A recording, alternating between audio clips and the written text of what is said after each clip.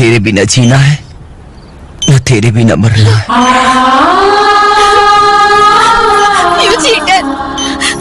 जब तुम ठीक हो तो बाहर से मुंह लटका के क्यों खड़े? वो लोग तोहरा के सरप्राइज दिल चाहत हुई। अगर ऐसी बात है तो मैं भी सबको सरप्राइज दूंगी।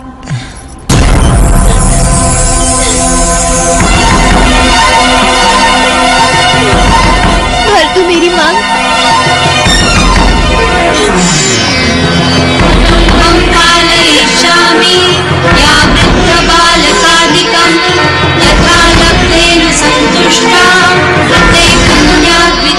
ये सोचने का नहीं, हमारे मिलन का वक्त है।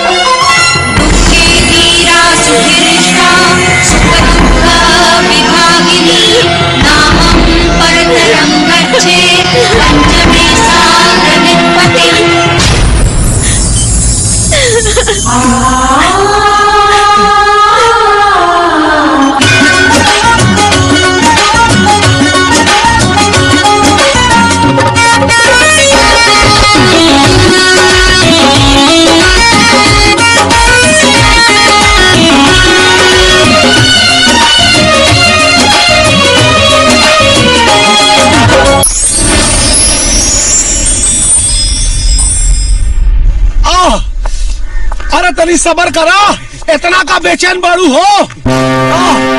अरे एकदम तड़पा तो भीतर माल बाहर निकले खातिर।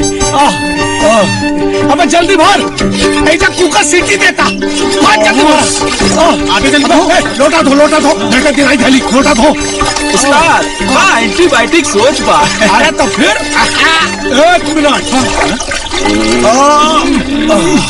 बॉस पीछे की स्थिति खराब हो गई का? नहीं बे, अब इनसे खाली हवा छूटला हवा।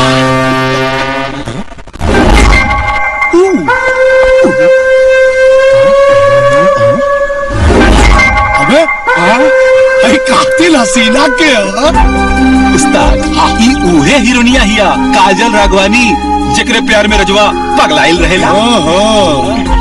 तब तय कर बलात्कार हम करम। ओके बॉस, आओ तेरी गलवा से गलवा सटा ली। उस्ताद चुम्मा ले ली। अब तू कहता रहे तो चुम्मो ले।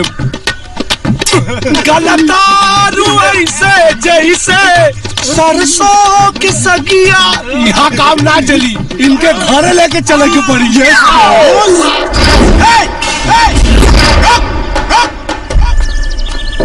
पोस्टर फाड़े के गलती मत करी हा, न तो राजा भैया तहार उठा फाड़ दी हा। भाड़ा का ठेका तो खाली हम ही ले पानी। घुंघरू पंडित और हर बात रजवा की तो बोला बहुत पुराना हिसाब किताब का।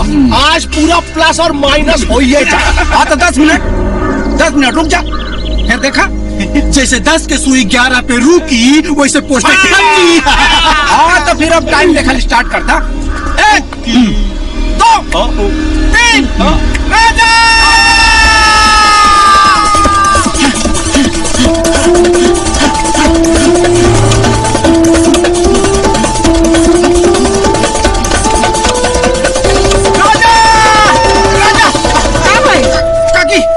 राजा कहाँ पर है? का भाई रेडियो आज कौन सा नया समाचार प्रसारण करने वाला बड़े? सुन के तहार माथा पे भूचाल आ जाई काकी। का है सलमान खान ब्याह कर ले अरे ना काकी, तहार बेटा जौना हीरोइनी संग ब्याह के सपना देखा तारे ना, ओकर बेइज्जती होके वाला बा। राजा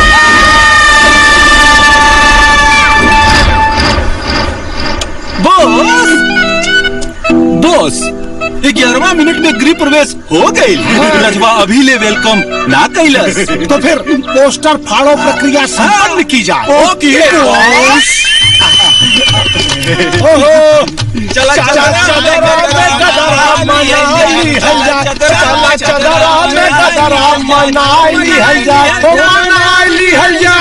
सॉरी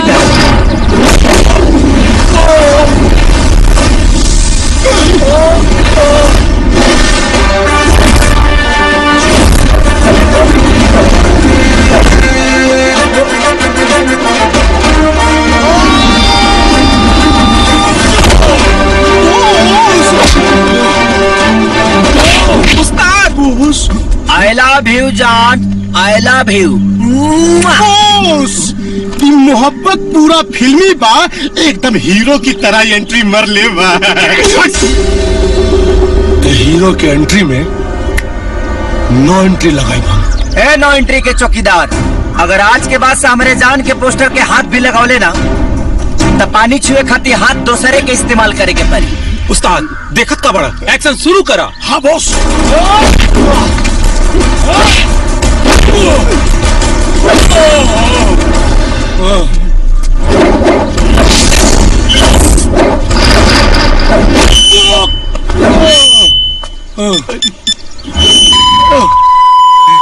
अरे कहाँ बड़ा सन रे, जल्दी आओ, रजवा उस्ताद के गोदन कूट दी।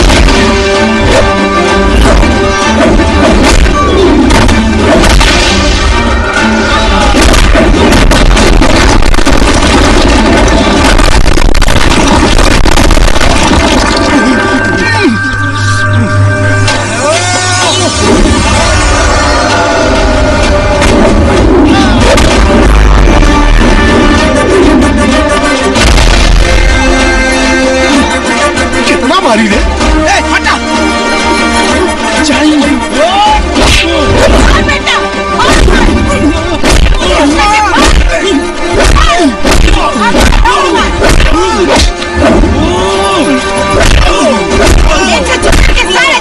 निकाल दे। रुका रुका रुका, तू लोग हटा हटा हटा हटा। अरे का हो, तू लोग मुखिया के दुखिया बना देले बड़ा है। और इका गुंडई होता है, इका गुंडई होता है। मुखिया जी, ये हमारा जान के पोस्टर फाड़ी तय करे के चूमा फाड़ दे। अरे अब भागा, ते हीरोइन से प्यार कर बे। अरे मुझौसा, हमार बेटा हीरोइन से प्यार करे चाहे हाथी से, तोर काहे करे जा फटता रे। देखा देखा मिस्टर घुंगरू, मुजरिम और गवाही के बात से सब कुछ साफ साफ हो गई बा के आपको लतियाया गया सही है।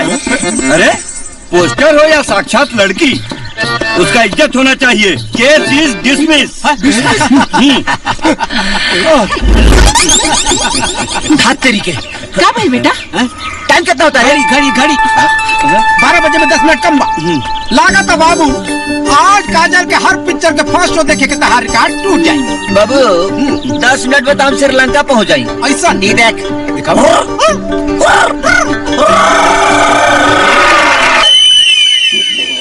उस्ताद, हाँ एगो बात बोली। बोल। हाई तड़िया पीले से तो राउर देही के दर्द दूर हो जाई, लेकिन राउर करजवा में लागल रजवा के आग ना बुझाई। अबे तो अपने दिमाग से ऐसा कोनो फायर ब्रिगेड आइडिया दासन कि पूरे गांव जवार के सामने और रजवा के इज्जत का कचरा बना दिया। बॉस, हाँ। एगो रामबाण आइडिया बा। बोल।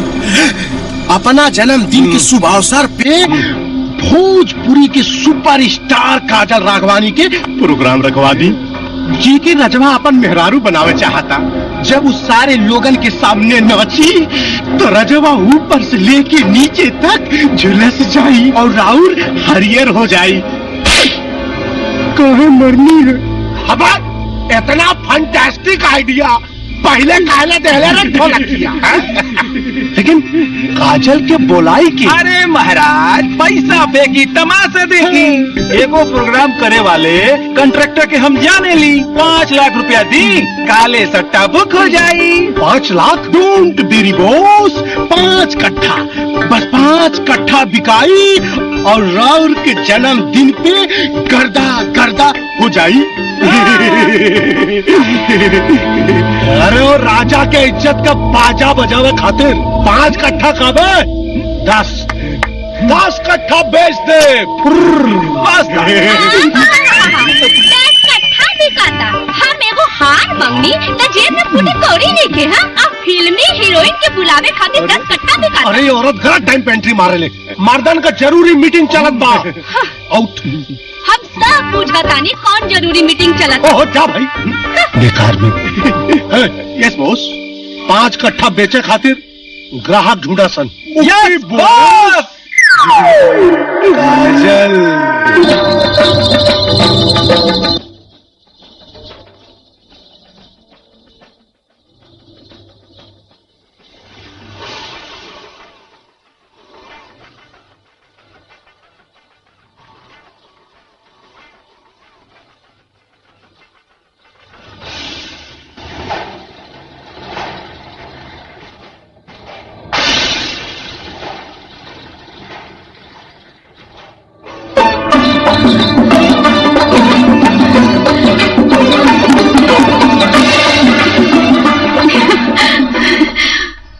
दिखत रहला हा?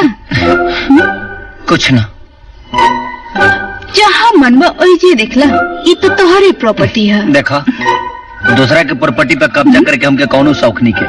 ट्रैक्टर के चाबी दम के खेत जोत जाए के बा। हमार परती कब जोतबा? जहिया धरती फाट जाई या भूकंप आ जाई तहिया। चला चाबी दा।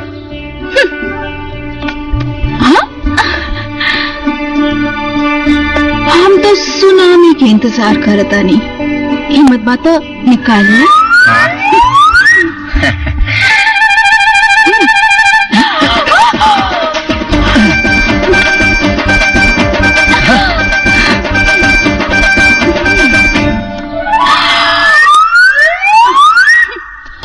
सुना जा, कान खोल के सुना जा।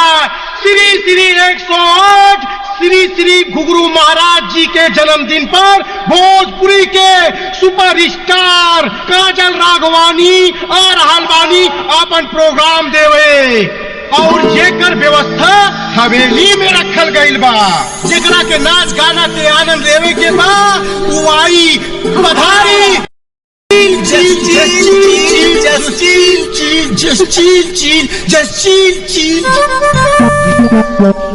ढोला गोईठा सुलग गई बा, अब तो आग लगिए जाई। भैया नाम देखे जरूर आई, जरूर आई, जरूर आई। सुन ले भाई, अपना गांव में काजल आवे वाला बड़ी। यस। अब ये मत कहिया कि तोरा मोहब्बत के चुमुक उनका यहाँ खींच के ले आ रहा। देख रेडियो, आज तो झकास बाड़ी केंद्र सही समाचार बताओले बा। तो सुन रेडियो, हम अपना बेटा के ऐसा सजा के भेजब ना हमार होके वाली बहू देखते पसंद। बेटी से ढेर पागल तो महतारी भी, पता ना काजल के कौन दशा हो। आज मेरी यार की शादी है, आज मेरी यार की शादी है।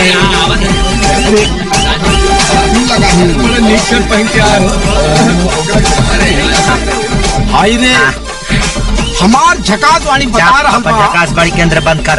हाँ? मोहब्बत का मामला है बाबू। अच्छा, देखने के बाद दीदार तो हो ही जाएगा ना। जी राजा, बहुत जच रहे हैं बॉस। रजवा भी गुलदस्ता लेके छक्का मारे खातिर तैयार बा। टेंशन मत ले, ऐसा बॉल फेंकब ना कि क्लीन बोल्ड हो जाए। ओके बॉस।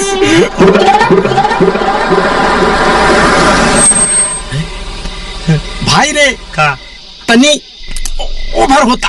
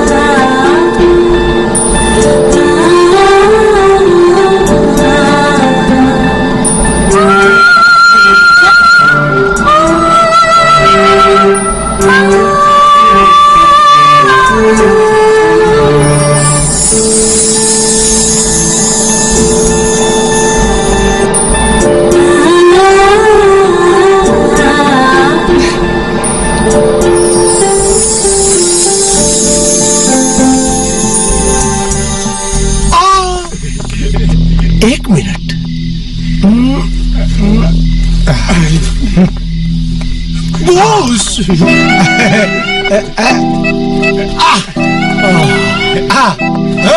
बेगानी शादी में अब्दुल्ला दीवाना निकाल।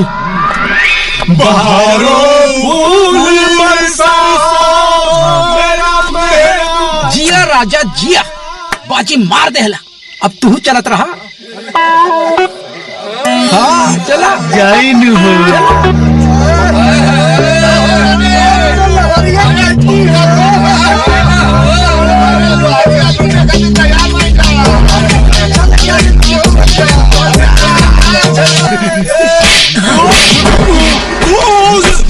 घुंघरू ई तोरा बाप के तिजोरी ना है जे कहीं पैसा ठूस देवे। देखिए, आप यहाँ से चले जाइए। कलाकारों के साथ ये सब होता रहता है। मैडम जी, आप दुनिया के लिए कलाकार हैं, लेकिन हमारे लिए तो हमारी जान है। क्या बकवास कर रहे हो? मैडम जी, हम बकवास नहीं कर रहे। हम आपसे बहुत हड़ा वाला मोहब्बत करते हैं। निचोड़ वाला, गाँव वाला भी सब जानता है। काजी करते हैं, हम मोहब्बत करते हैं ना? हाँ करते हैं। मैडम जी, गाँव वाले भी जानते हैं कि हम आपसे कितना मोहब्बत करते हैं। थोड़ा जोर से बोलो। हाँ, कि राजवा कितना प्यार करता है आपसे। मैडम जी, हम आपसे बियाह करना चाहते हैं, अपना मेहरारू बनाना चाहते हैं। आई लव यू मैडम जी। हाँ?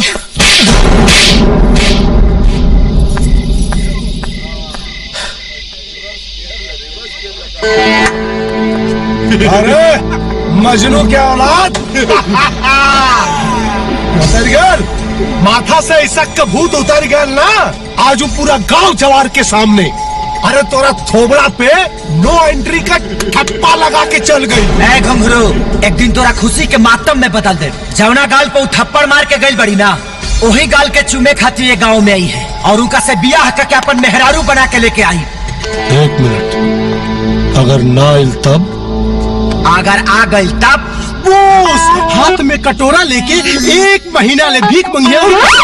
सॉरी। और भीख में मिलल भिक्षा से अपन खर्चा पानी चलाइए। चलो ठीक है, अगर तो हनी बोल दे बाड़ा तो चला। रजवा, याद रख, आज तोरे इज्जत का सट्टा लग गई बा। अगर काजल गांव में ना आई तो ये पूरा गांव जवार के सामने भरल पंचायत में तोरा हाथ में कटोरा थमाई। मंजूर बा। तो कब आई है काजल? जब हम मुंबई जाए तब। तो कब जाइबे मुंबई? जब जाए तो थोड़ा पता चल जाए। चल रे।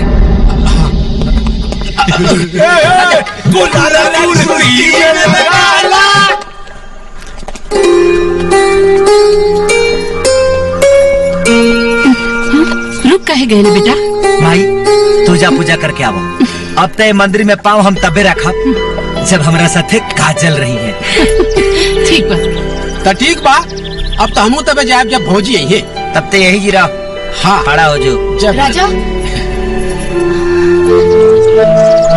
सुन लिया तू काजल खातिर मुंबई जाता रहा? आजे जाता निशा। आज ले भगवान से हम कुछ नहीं की मंगनी, पर मोहब्बत मजबूर कर देले बा। तहरे खातिर काजल के जरूर मांगब।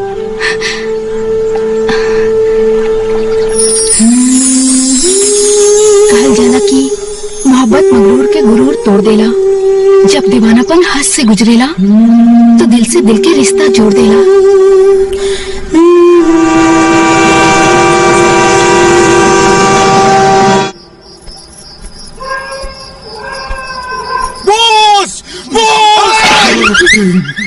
अबे बाहर नहीं, धीरे बोल। गईल भैंसिया पानी में। मतलब अब ही ना पता चलल है रजवा काजल खातिर मुंबई चल गई। वेरी गुड, फैंटास्टिक, मजा आ गया। बाप मरना अंधारे में और बेटा का नाम पावर हाउस। अरे यहाँ तक कजली खाली होके थप्पड़ मार ले रहे, शहर से तब जुत्ती मार के भेजी। उस्ताद, कहीं लसी आ गई तो का हुई? हुई का बोस के हाथ में हुई कटोरा और गली गली बंगे भी। दे दे राम दिला दे राम, देने वाला सीता। काजी सपना निमन रहन नु, भगवान करे राउर सपना सच हो जाए। हमारा सपना कभी सच ना होला। अरे भिखारी योग तो वही रजवा के किस्मत में लिखल बा, हमरे किस्मत में तो राजयोग लिखल बा।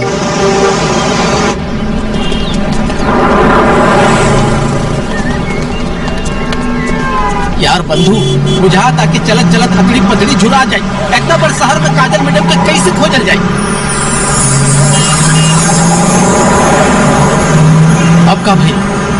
ये गाड़ी में मैडम जी बारी, काजल मैडम जी बारी। क्या बात कर रहे हो? मैडम जी, मैडम जी, हाँ मैडम जी, मैडम जी, मैडम जी, मैडम जी,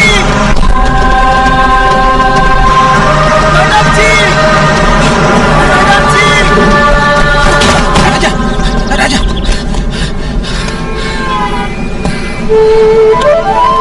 जो मोहब्बत में ठोकर खा के संभल जाला, वो एक दिन मंजिल पर पहुंच जाला। हमार झकास वाणी बतावा था कि तुहार मोहब्बत के मंजिल आसे पास बा। चला।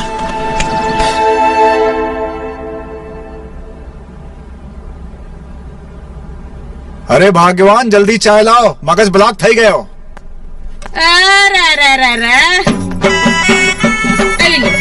चा पियो, मारा खून नहीं। नौकरानी बना के रख दिया है। अरे काली कपाली माता, सब कुछ तुम्हारा ही तो है बाबा। केम? अगर सब कुछ मेरा ही है तो फिर वो डायमंड का नेकलेस क्यों नहीं लेके देते? डोंट वरी पगली, आज तुम्हारी डिमांड पूरी कर दूंगा। सुनो, काजल बिटिया आती होगी, ध्यान रखना हमारे पास शक ना हो। ओके अरे बाय। बिटिया आ गई। अरे बिटिया, आज जल्दी शूटिंग खत्म हो गई।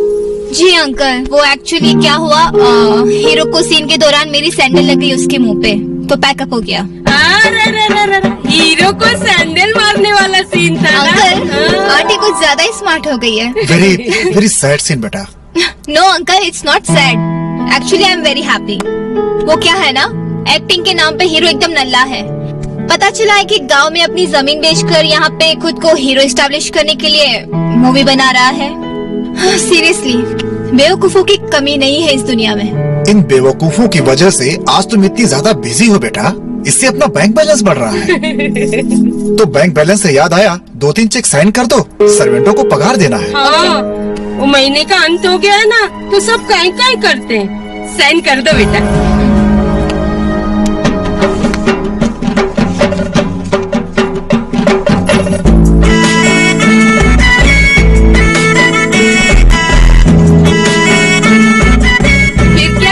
शूटिंग होगी तो टाइम नहीं मिलेगा ना?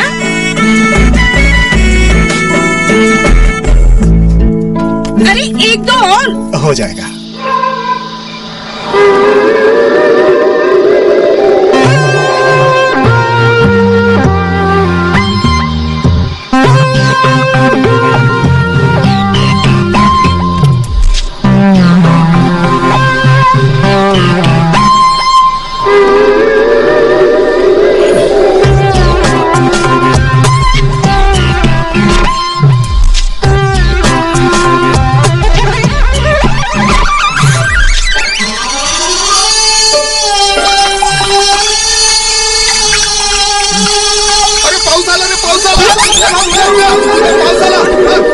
महिला, अरे पाउस नको आला रे, ये मेरे पे भूत मारे रे।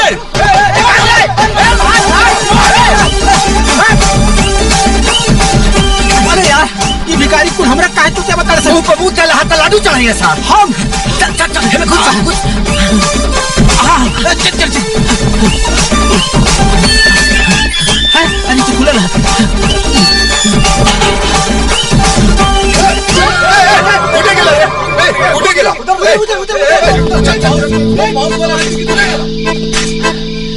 राजा भाई, तोरा मोहब्बत की कुंडली में 7.5 ढूक गई बा भाई। पता ना और किसन किसन दिन देखी। चल चल के नहीं सुन रहो, बाद में अपना मुंह में चप्पल से मरी है। ऐसा बा भाई, ये तो हर ससुर का घर ना समझे। जल्दी से निकला यहाँ से, तो जिंदगी भर जेल में बैठ के काजल डार्लिंग के लव लेटर लिखा रही। चुपचाप सुन बे। ठीक बा यार के इसके खातिर तनी तनी हम लोग के रिस्क उठावे के पड़ी। चला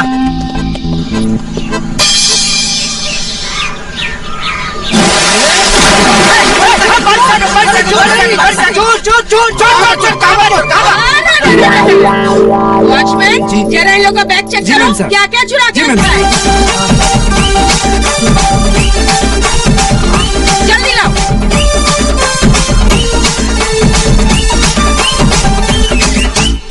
मैडम, काजल मैम साहब का फोटो है। काजल बेटी की फोटो? आप काजल जी का मम्मी है, आप पापा है। ये काजल जी का घर है ना? नहीं, तुम्हारे बाप का घर है। प्रणाम मम्मी जी, प्रणाम पापा जी, प्रणाम मम्मी जी। अरे क्या कर रहे हो? कौन हो तुम? हाँ? अरे आप इनको नहीं जानते? इनको छल छबीला रंग रंगीला दीवाना मस्ताना। अरे ये है राजा भैया, काजल जी का बहुत बड़ा फैन है।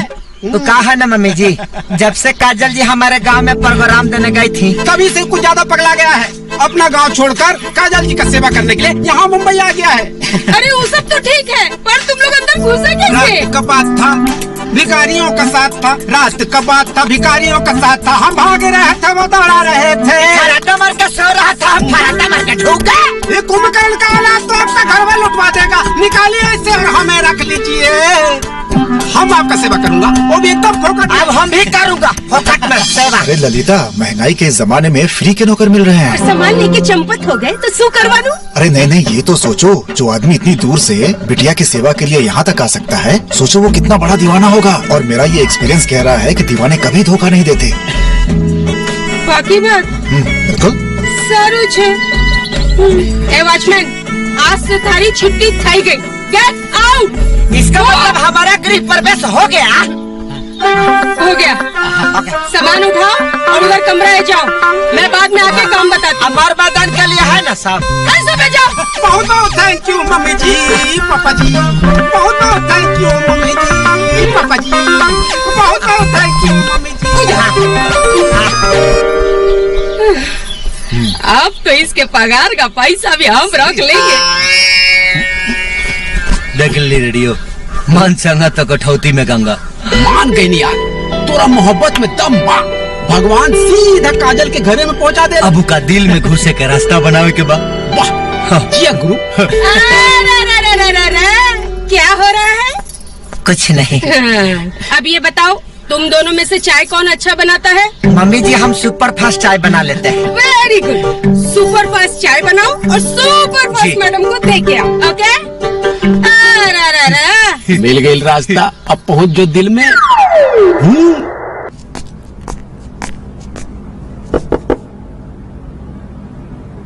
अंदर ढूके मैडम जी, ढूके।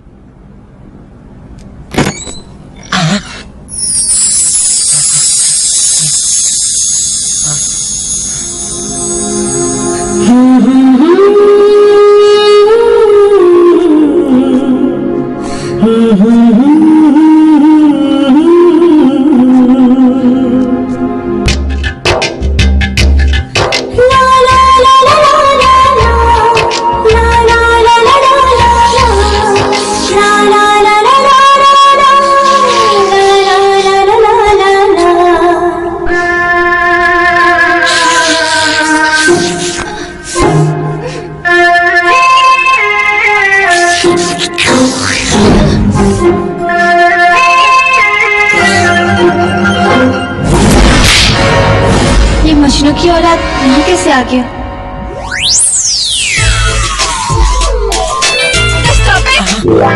गुड मॉर्निंग मैडम जी, good morning. Just shut up. तुम मेरे ही घर में, मेरे ही बेडरूम में घुस के मेरे ही कप में कॉफी पी रहे हो? तुम्हारी इतनी हिम्मत कैसे हुई? गलती से मिस्टेक हो गया। किस पागल ने तुम्हें अंदर आने दिया? वो पापा जी। पागल है का? दरअसल बात ऐसा है ना कि आज से हम आपका सेवक हैं। आप खिसियाइए जान, हम अभी अभी गुड मॉर्निंग वाला चाय बना के ला रहे हैं। Sorry, coffee. चाचा जी, चाचा जी, चाची, चाचा जी। શું થઈ બેટા? તમે આને ઓળખો છો?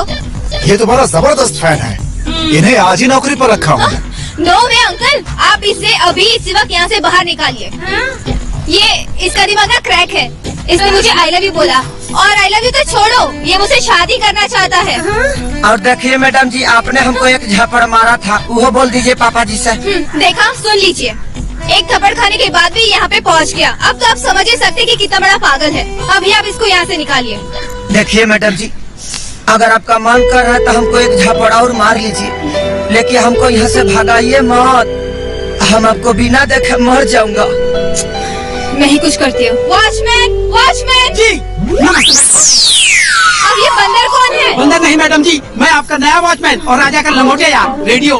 जैसे राजा आपके बिना नहीं रह सकता है, वैसे ही मैं राजा के बिना नहीं रह सकता हूँ। कृपया करके इसे यहाँ से मत भगाइए मैडम जी। अरे ये बेचारा तो आपका सेवा करने के लिए अपना गाँव छोड़ के यहाँ चला आया है। इसके जज्बात को बुझने का तनिको तो कोशिश करिए मैडम जी। चुप रहो। मैडम को सफा बुड़बा समझ रहे कब है?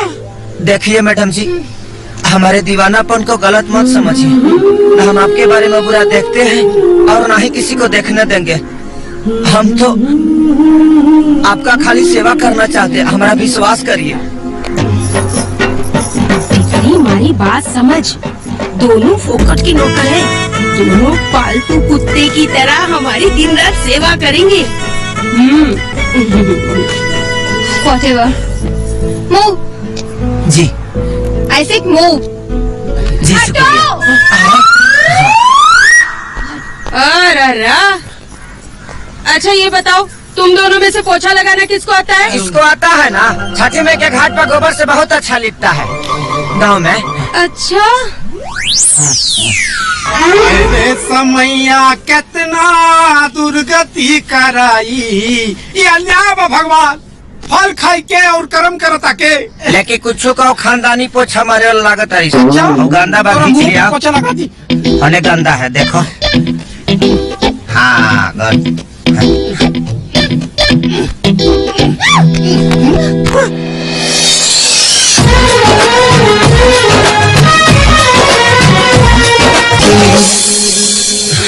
मुझे टच करने की तुम्हारी हिम्मत कैसे हुई? अगर मैं आपको नहीं पकड़ता तो आप गिर जाती, आपको चोट लग जाता और दर्द मुझे होता। जाओ जाके मेरे सैंडल लेके आओ। हाँ जी सर। जी, मैं 8 बजे तक पहुंच जाऊंगी। Don't worry. हाँ बिल्कुल। ओके बाय। जल्दी लाओ।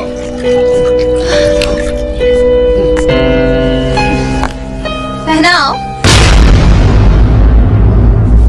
अगर सैंडल पहनाने में तुम्हें अपनी बेइज्जती महसूस हो रही है तो तुम अपने गांव वापस जा सकते हो। गांव में बेइज्जत होने से अच्छा है कि हम यही जी बेइज्जत हो जाए। मतलब?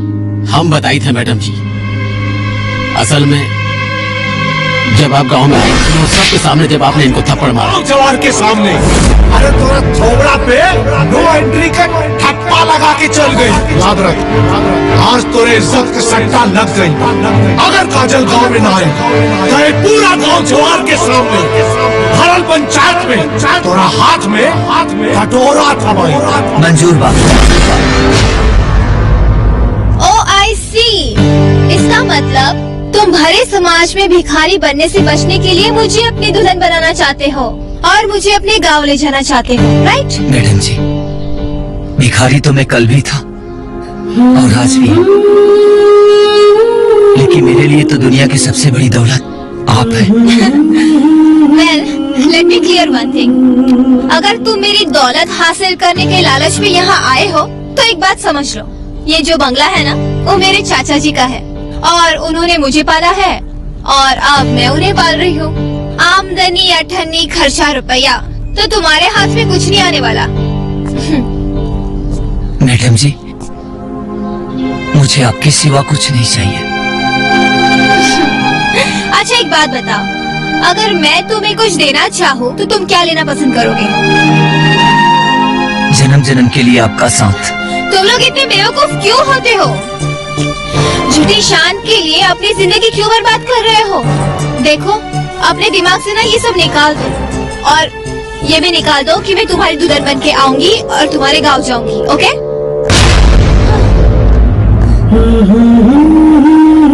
अगर दिमाग में रहतो तब नु निकाल देती, लेकिन तू तो दिल में बस गई बड़ू। हेलो बेटा।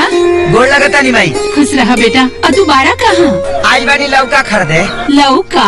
अच्छा ये बतावा, काजल से भेंट भाई हा की ना तोरा? अरे ना ना माई, ऐसा कोनो बात नहीं है, हम तो काजले के कोठी पर बानी। अच्छा अच्छा, तो ये बतावा कि काजल से बातचीत होला तोहरा कि ना? ना माई, वो बहुत प्यार से बोलेली। वो कहा ना माई की रेडियो बोल देले बना क्यों से बियाह का क्या हम गाँव लेके जाए वाला बानी। अरे बेटा, तब तक वो खूबे खिसिया गए हमें। अरे ना ना माई, वो तो बहुत प्यार से बोलेली, और जहाँ प्रेम होला वहाँ खीस पीट ज्यादा दिन तक लेना टिकेला।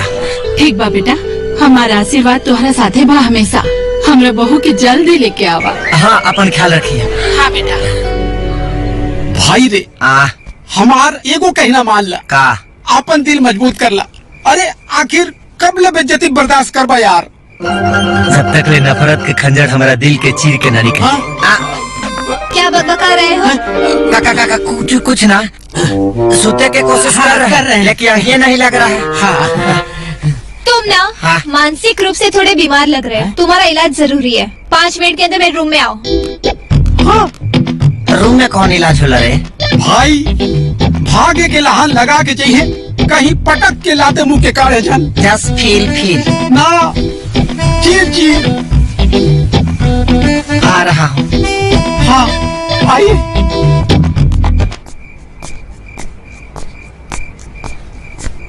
गुड मॉर्निंग मैडम जी। अभी गुड मॉर्निंग नहीं चल रहा है। हमको क्या पता चलेगा, बहुत लाइट जलता है तो समझ में नहीं आता है। अच्छा ठीक है, तुम्हें मसाज करना आता है? जी हाँ जी, आता है ना। माई के कपार में जब भी दर्द होता था ना, हम ऐसा मसाज करता था कि दर्द छू मंतर हो जाता था। मैं हेड मसाज नहीं, बॉडी मसाज की बात कर रही हूँ। आप मेरा अग्नि परीक्षा ले रही हैं क्या मैडम जी? तो मसाज करोगे या नहीं? सॉरी मैडम जी, हम प्रण किया है ना, हम अपना मेहरारू के छोड़ के पराया मेहरारू के बॉडी नहीं छुएंगे। और जब तक शादी नहीं होता तब तक आप भी हमारे लिए पराया नारी हुई ना। सीरियसली तुम बहुत इंटरेस्टिंग पर्सन हो, पागल। अच्छा ठीक है, चलो हेड मसाज ही कर दो। जी की रहवा तेल चलेगा? ये क्या होता है? उंगली में ढील होता है, सब निकल जाता है। हाँ ओके। वहाँ ऑयल रखा है, मसाज कर दो।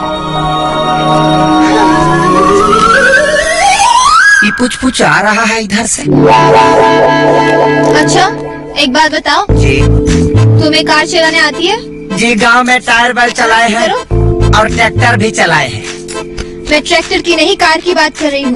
जी आप कार ये तो चलाइए लेंगे। ठीक है, तो कल से तुम्हें मेरी कार भी चलानी है और मेरे बॉय का भी काम करना है, ठीक है? बॉय का होता है जो चाय पानी पिलाता है। दोनों के साथ। चलो अब तुम जाओ, सुबह जल्दी उठना है, 9 बजे की शिफ्ट है, ठीक है? जी good morning. Good night. Light भुक आता है, समझ में नहीं आता है कि दिन है कि रात।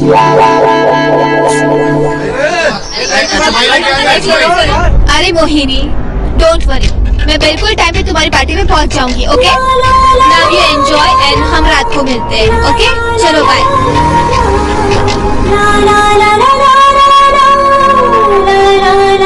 अरे पगलू, आगे देख, बच्चे की जान लेगा क्या? अरे मैडम जी, अरे मरे से डर लगता है ना। अरे अक्ल की दुश्मन, मौत से सबको डर लगता है। हमको नहीं लगता है, और हमारा तरह आपको भी जहिया मोहब्बत हो जाएगा ना, हमारे तरह आपको भी डर नहीं लगेगा।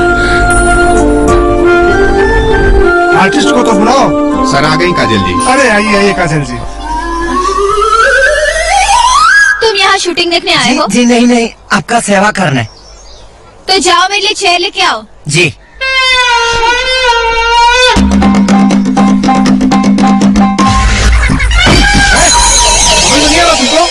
पहला वैकेंसी हुआ है, नया आया हूँ, मैडम का कुर्सी ले जा रहा हूँ। मालूम कहाँ से? अरे वो दुष्यंत कहाँ है?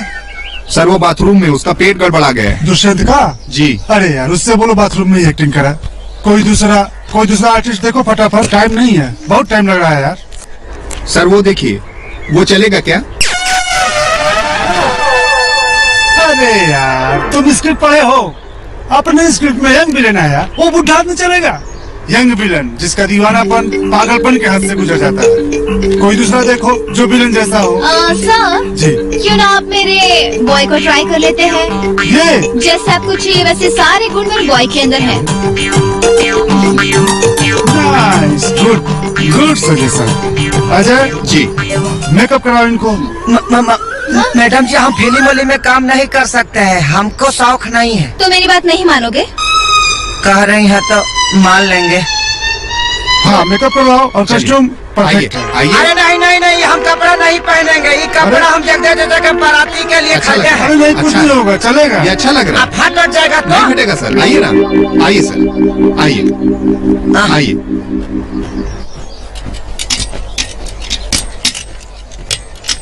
चलो लेते हैं। Ready, start sound, camera, action. एड़े, यहाँ लोग के सेब खाए के नहीं खिमलत और तू चिल्ला के मारता डा? सेव के छोड़ा तो रुसवाई हमार दिमाग इतना खौजिया दे बा कि मन तो करे था कि बम चला के मार दी, लेकिन तू तो खुदे को बम मारू। आइंदा हमसे बदतमीजी कैले ना तो जब ई बम भड़क जाए तो दुनिया के कौनो पागल खाना में तोरा की जगह ना मिली। हमके कहीं और ना, तोरा दिल में जगह चाहिए। ये तुम क्या बकवास कर रहे हो? सवाल जो भी हो लेकिन जवाब तुम ही हो, दुख जो भी हो लेकिन सुख तुम ही हो। सर ये डायलॉग तो स्क्रिप्ट में है ही नहीं, अपने मन से बोल रहा है। रास्ते कोई भी हो लेकिन मंजिल तुम ही हो, गुस्सा कितना भी हो लेकिन प्यार तुम ही हो। कट। बट राजा, तुम्हारा डायलॉग विलन के पटरी पे चलते चलते हीरो के प्लेटफॉर्म पे पहुंच गया। जी। जो भी हो, अपने मन की बात नहीं, स्क्रिप्ट की डायलॉग बोलो। अजय, यस सर। याद कराओ इनको। बात ऐसा हम पहला ठेक कर रहे हैं ना, तो हमको थोड़ा गड़बड़ा रहा है। चलो लेते हैं। Start sound, camera, action. और मिस्टर, खुद के देवदास और हम के पारो मत समझो। हम काजल है काजल, जब आँख में लग जानी तो देखे वाला पगला जाला, और जब कहीं और लग जानी तो दाग पड़ जाला। बहुत सुना भैलू, अब अपना प्यार के दाग तोरा खूबसूरत ओठ पर चुम्मा लेके लगाई।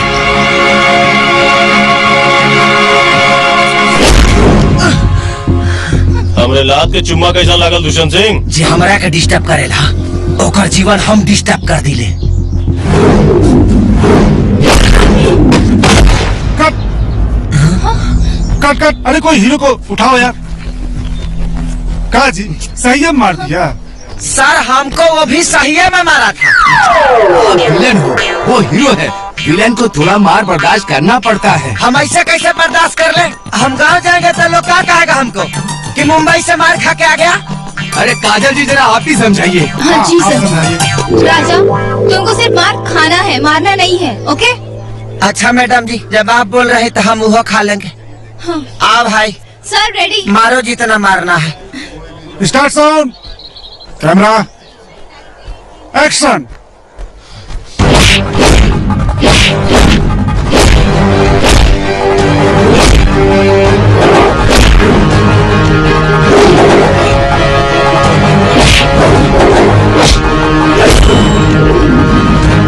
सर देव जी राजा को सही में पंच मार रहे हैं।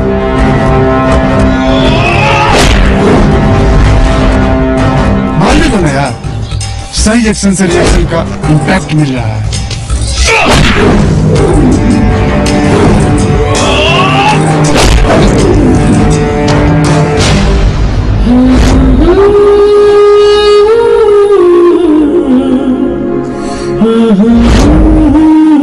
सर इस साल ना बेस्ट डायरेक्टर का अवार्ड आप ही को मिलेगा। अबे तारीफ कर रहा है कि जूता मार रहा है? सर हम तो आपको खाली चप्पलें पहना रहे हैं।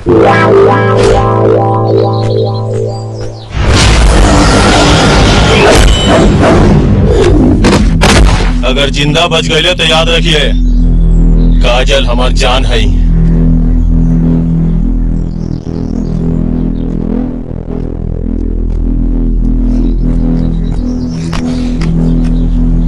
करेक्ट। वाह, क्या बात है, कैसे कर लेते हो? बहुत अच्छा। शिफ्टिंग दूसरे फाइट के लिए। नागालैंड ओके सर। दूसरी फाइट के लिए रेडी हो जाओ। स्पॉट चेयर लेके आओ। वेट, पानी दो। लीजिए सर पानी।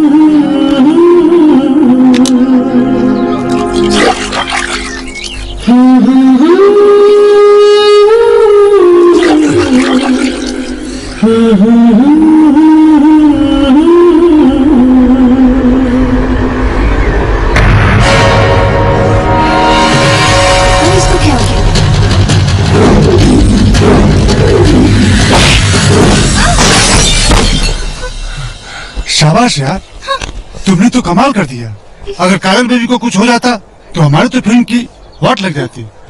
काम तो तुम विलेन का कर रहे हो, लेकिन रियल लाइफ का हीरो निकले। शाबाश, गुड।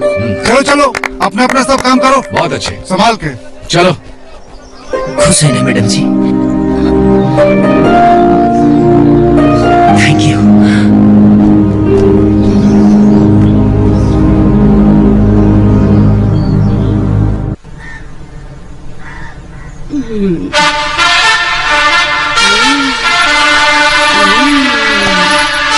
Radio radio. जी जी जी मम्मी जी। क्या करता है? सूत रहे थे। सूतने आया यहाँ? ना। जाओ जाओ, जाके किचन में बर्तन पड़ा, जाके माजो। हाँ? सुनाई नहीं दिया? किचन में बर्तन पड़ा, जाके माजो। देखा तनी तई बुढ़वा बुढ़िया काम करा करा के हमरा के जवानी में विधवा बनाती है सन। क्या बोला? हाँ।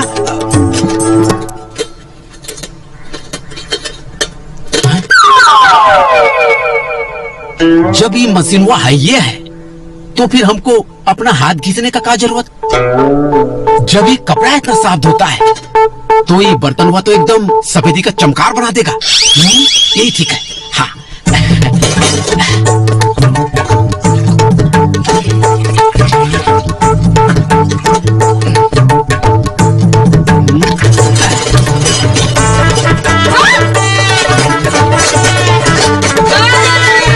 ये क्या हुआ? रेडियो, ये हड़पड़ धड़पड़ की आवाज कहाँ से आ रही है? मशीनवा चालू की है ना मम्मी जी। मशीन चालू की है? कपड़ा तो तुम सवेरे ही धो लिया था। अभी हम कपड़ा थोड़ी धो रहे हैं मम्मी जी। तो फिर क्या धो रहे हो? अभी हम बर्तन धो रहे हैं मम्मी जी। बर्तन वॉशिंग मशीन में? हाँ, देखो कितना अच्छा आवाज आ रहा है। मोहिनी, काजू, my darling. oh baby, wish you many many happy returns of the day. Thank you, baby. कैसी हो तुम? बस गुड। आप तैयत बर्दाश्त नहीं होत भगवान। मर्द के उल्लू बना के पीछे पीछे घुमाओ तारी और लड़की से ला फरमाओ तारी। हमार किस्मत फूट गई भाई। बहुत जीता लेस्बियन पिया। मतलब ही कि एकरा के आदमी में ना औरत में इंटरेस्ट बा। राजा, राजा, this is for you. Thank you. Hi, handsome. I am Mohini. प्रणाम।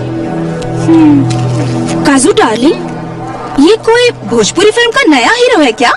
नो यार, ये मेरा बॉय है, राजा बिहारी। ओह, एक बिहारी 100 पर भारी। You know, बिहारी बाबू। लगता कि आप भोजपुरी फिल्म बहुत देखती है ना? डार्लिंग, मुझे भोजपुरी हीरो पसंद नहीं है, मुझे तो रियल हीरो पसंद है। काजू डार्लिंग, मुझे ना तुम्हारे हैंडसम बॉय के हाथों से एक पटियाला पैक पीना है। Of course, why not? राजा, जाओ हमारे लिए 2 पैक बना के लाओ। जी? 2 पैक बना के लाओ।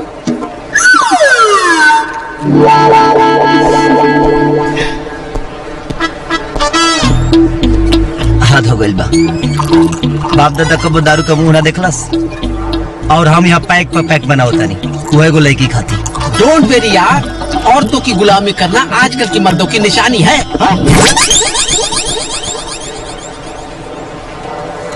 इतना हैंडसम बॉय तुम्हें कहाँ से मिला? ये तो बिल्कुल हीरो टाइप का लग रहा है। Come on यार, it's just a boy. Oh. Thank you. Cheers, cheers. काजल जी, जस्ट अ मिनट। या कमिंग, मैं आती हूँ। Okay.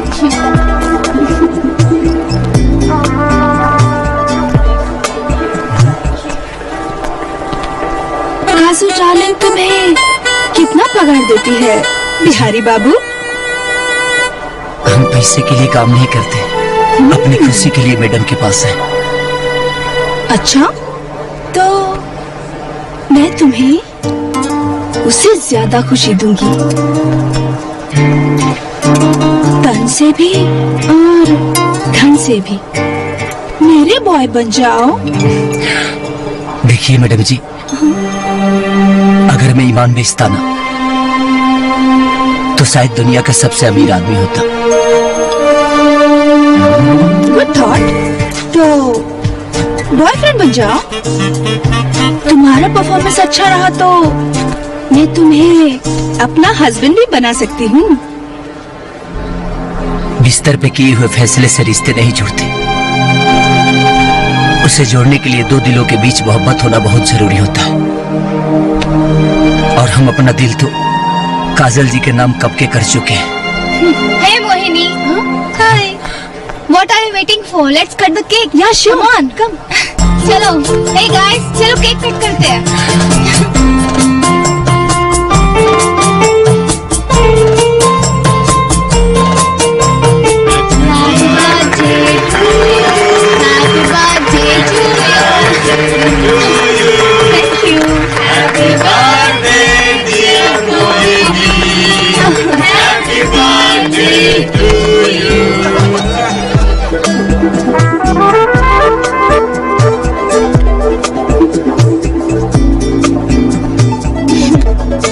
राजा, और 2 पैक लेके आओ प्लीज।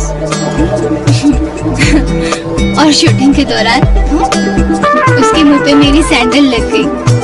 अच्छा, ओह माय गॉड। लो, क्या है, कित पैक लेके आ रहे हो? जाओ पूरी बॉटल लेके आओ। सच में यार बहुत मजा आया। तुम ठीक कह रही हो, है ना? हाँ ठीक है। और बताओ तुम्हारा क्या चल रहा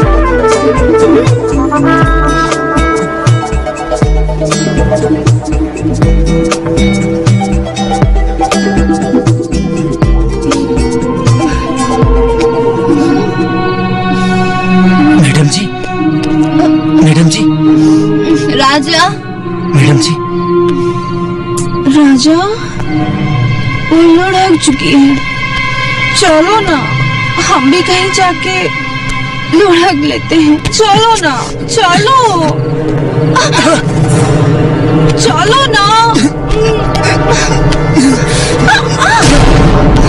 मैडम जी, मेरे तन मन पे सिर्फ काजल जी का अधिकार है और शरीर क्या, मैं इनके लिए अपना गर्दन तक कटवा दूंगा, लेकिन किसी और को नहीं अपनाऊंगा। मैडम जी, मैडम जी, मैडम जी,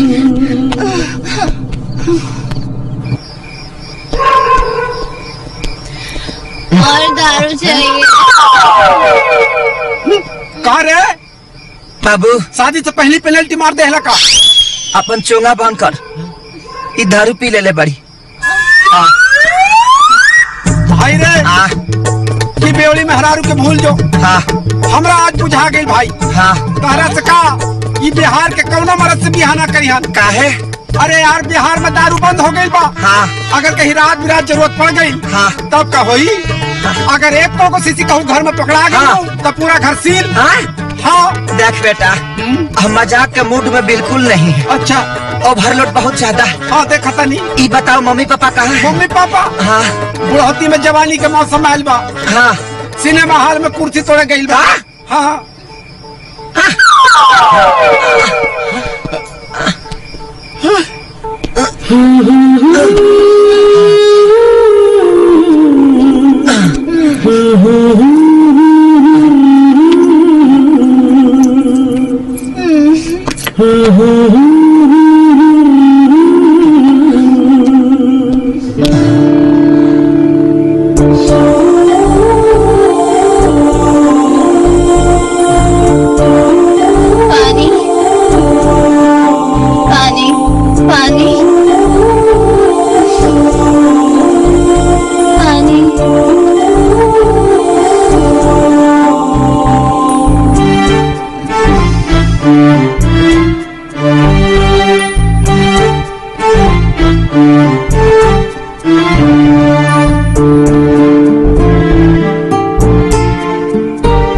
भगवान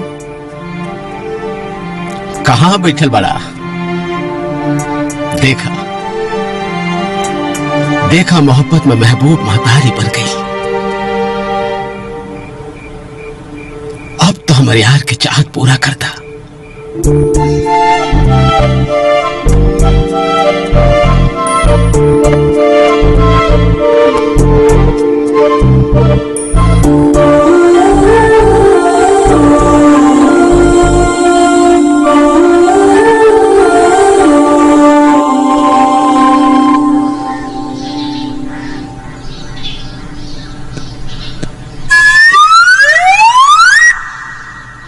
गुड मॉर्निंग मैडम जी। Good morning.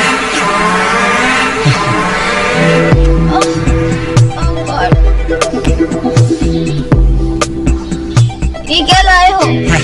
वही जो अपराध के पार्टी में पी के ढिमला गई थी। पापा जी बोल रहे थे कि जैसे लोहा लोहे को काटता है वैसा ही दारू दारू को काटता है। 2 पैक मारिए सब हैंगओवर बाहरी।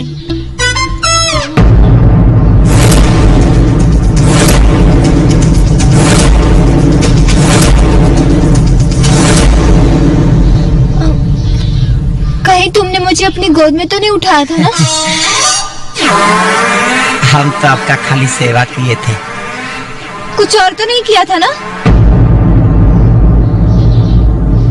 हमारी हिम्मत इतनी बेशरम नहीं है मैडम जी। अगर हमारी आंखों में हवस का आग होता तो अब तक आपका इज्जत शर्मसार हो गया होता। हम तो आपकी पूजा करते हैं हमेशा। जिस दिन हमारी प्रेम की पवित्रता आपको समझ में आएगी, देख लीजिएगा आप हमारी फैन हो जाएंगे। मैडम जी गुड मॉर्निंग। अरे बेहाने बेहाने बेबड़ा पार्टी शुरू हो गया। पागल हो गया? नहीं मैडम जी, पागल तो डायरेक्टर प्रोड्यूसर हो रहे हैं आपको कहानी सुनाने के लिए। चलिए पापा जी बुला रहे हैं आपको। अच्छा ठीक है, तुम लोग जाओ, मैं आती हूँ फ्रेश होके। और हाँ सुनो, मेरे लिए एक ब्लैक कॉफी बना के लाओ विदाउट शुगर। नमस्ते मैडम, ये है फिल्म के प्रोड्यूसर और हम हैं निर्देशक अरविंद दुबे। काजल जी, एज ए प्रोड्यूसर मैं पहली बार फिल्म बना रहा हूँ, इसलिए कुछ डिफरेंट करने की कोशिश कर रहा हूँ। गुड। फिल्म सोशल है बट सेक्स का जबरदस्त तड़का लगाया गया है। एक काजल मैडम, फिल्म का जो टाइटल है ना, वो है पलानी में जवानी रोता। Good, nice title. मेरा कैरेक्टर क्या है? कैरेक्टर का क्या कहे मैडम, समझ लीजिए कि आप भोजपुरी की सनी लियोनी है। Wow, good. कॉस्ट्यूम डिजाइनर कौन है? ड्रेस की कोई टेंशन ही नहीं है मैम। फिल्म के ज्यादातर सीन्स में आप कलरफुल पैंटी ब्रा और आर पार दिखने वाली सिफोन की साड़ी में है। ओके। कहानी कुछ ऐसा है मैडम कि जब जब आप परदेसी पिया के प्यार पाने के लिए तड़पती हैं, तब तब आपके जवानी का जो शोला है वो एकदम भड़कने लगता है और आप उस शोला को ठंडा करने के लिए बर्फ के सिली पर मुखौवा पलट जाती है और बर्फ को अपने जिस्म से रगड़ने लगती है। मैडम, आपकी सांस की गर्मी और बदन की तपिश से वो बर्फ पिघलकर एक 15 साल के बच्चे का रूप धारण कर लेता है। वो वही बच्चा है मैडम जो अपने फिल्म का हीरो है, जिसे विलन ने नंगा करके बर्फ के सिल्ली में जमा दिया था। कैमरा पुल बैक करके दिखाते हैं कि आप उसको अपनी बाहों में जकड़ लेती हैं। अचानक बच्चे को होश आता है, वो बचाओ बचाओ चिल्लाता है। आप भूखे शेरनी की तरह उसे अपने बाहों में दबोच लेते हैं।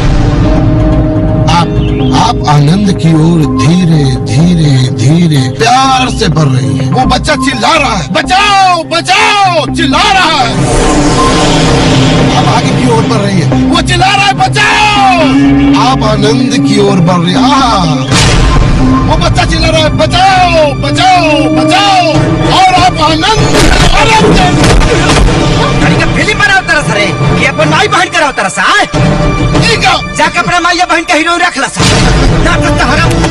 राजा मैडम जब बसती रही है ऐसा लोगों के कारण है भोजपुरी सिनेमा बदनाम हो गया है। गंदा नाली का कीड़ा है, गंदगी ही सोचेगा। राजा मैंने कहा आज हमको मत बोलिए आप। निकल जाओ यहाँ से, निकल जाओ यहाँ से। Just get lost, just get lost, get lost.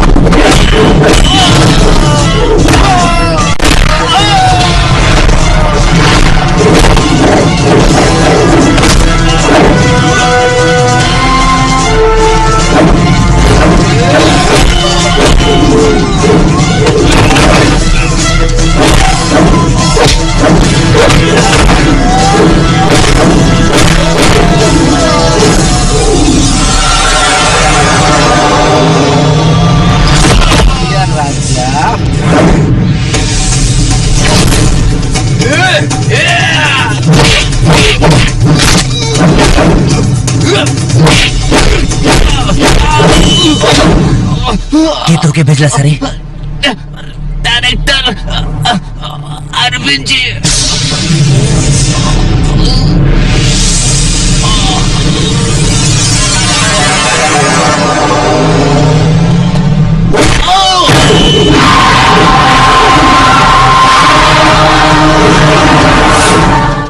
अब ढोलक पिस्तर आवे के बड़ पे बैठ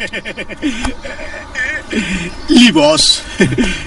एक और कुकुर अभी ले जिया बा देखी तो जरूर भोगी। शुरू हो गल तो ड्रामा। अरे बहुत तेज घाम भइल मर्दे तो हर कपाल बथे लागी। और देखी बॉस चल ओढ़ दिलवाला बगैर दुल्हनिया के बैक टू पवेलियन आ गई ले। मुबारक हो बॉस, रउआ भिखारी बनला से बच गई नी। हम तो तकलीफ समझता नहीं यार, लेकिन क्या कर बे, हालात के सामना तो करेंगे बड़ी। चल हीरो एक मिनट।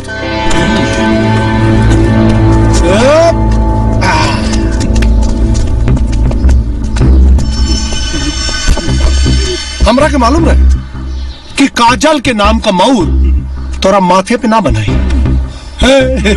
जो बाबू नहा खा के तैयार हो जाओ, हम पंचायत बुलावे चाहता नहीं। अब पूरा पंचायत के सामने तोरा के भिखारी बनाई।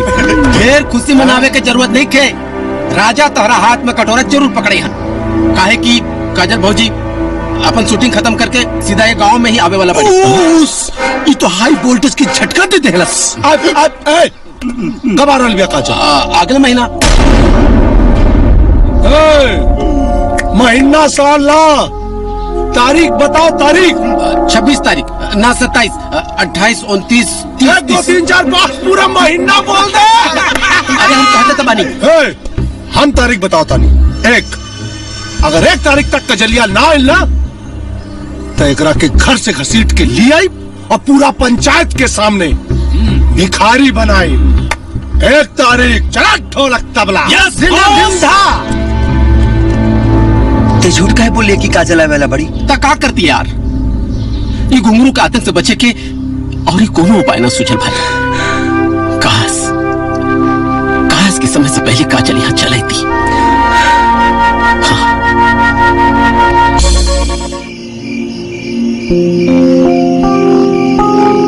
क्या बात है बेबी, ये तुम्हारे चेहरे पर मायूसी का मेकअप क्यों चढ़ा हुआ है? कुछ नहीं यार, बहुत अजीब सा फील हो रहा है। हाँ? कुछ अच्छा नहीं लग रहा। डोंट वरी बेबी, ये तुम्हारे वीरानेपन की दवा ना तुम्हारे पास ही है। मतलब वो तुम्हारा बॉय राजा किधर है? वो अपने गांव चला गया। गांव चला गया? जहाँ तक मैंने राजा को समझा है, वो इतनी आसानी से तुम्हें छोड़ के जाने वालों में से नहीं है। हाँ, जरूर तुमने ही उसे भगा दिया होगा, है ना? क्या करते यार, वो घर आया, प्रोड्यूसर डायरेक्टर पे उसने हाथ उठा दिया। अच्छा, हाँ जरूर उन लोगों ने तुम्हारे साथ बदतमीजी की होगी, इसीलिए उसने ऐसा किया होगा। मैंने राजा को आजमाया है, मैंने देखा है उसका दीवानापन। वो तुमसे बेइंतहा मोहब्बत करता है। तुम्हारी खुशी के लिए वो अपने आप को भी बलि चढ़ा सकता है। तुम बहुत किस्मत वाली हो, क्योंकि तुम्हें राजा जैसा इंसान मिला है। जब तक तुम्हारी जवानी है, तब तक करियर है। जिंदगी जीने के लिए प्यार की जरूरत होती है, सच्चा प्यार। बाकी तुम्हारी मर्जी।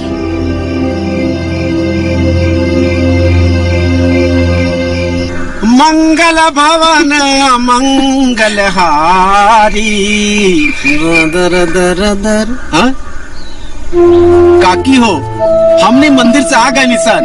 आई राजा साहब अभी ले तूने करते बाड़े। माई लागत है कि मंदिर के प्रसादी कुछ ज्यादा ही चुरा के खा ले लेबा, यही से एकरा दिमाग के स्पीकर झंझनाता।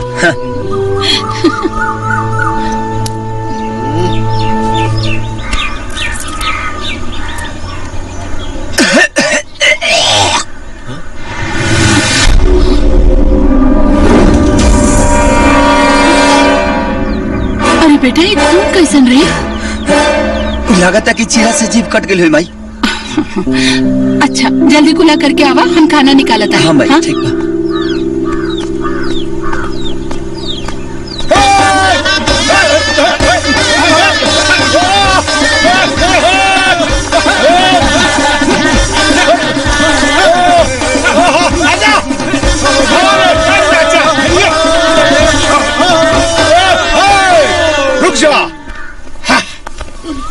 रजवा बाहर निकल।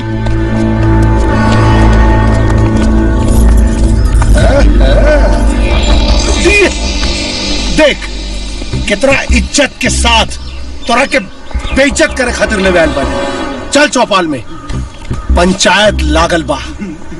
चल आज हमहू देख लेतनी कि मोहब्बत कौना तरे जलील होला। बजाओ मैं तो चिंता मत। चल रही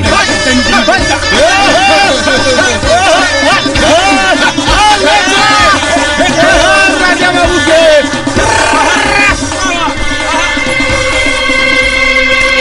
हे तुलसी मैया, हमार बेटा की इज्जत अब तोहरे हाथ में बा। देख ली गावालन, रजवा शर्त हार चुकल बा। कजली अगरा मुंह पे थूक के चल गई। मुखिया जी अब भिखारी बनाई अगरा के और अपना कर कमलन से कटोरा थमाई। देखिए घुंगरू बाबू, ये बात अलग बा कि रउआ ई गांव के बड़ा आदमी बानी और रउआ लोग हमरा के मुखिया बनौले बानी। अब पंचायत के फैसला बा, जरा सुन ली। मुखिया जी अरे फैसला तो हो चुकल बा।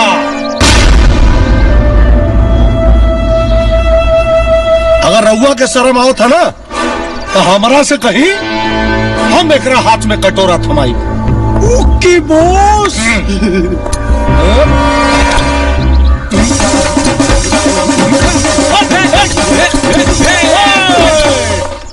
आज से तोर भिखारी योग शुरू हो गई बा। हाथ फैलाओ।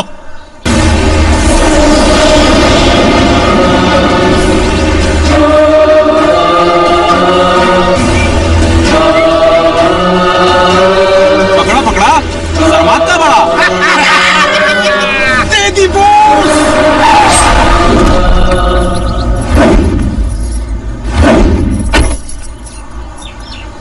राजा!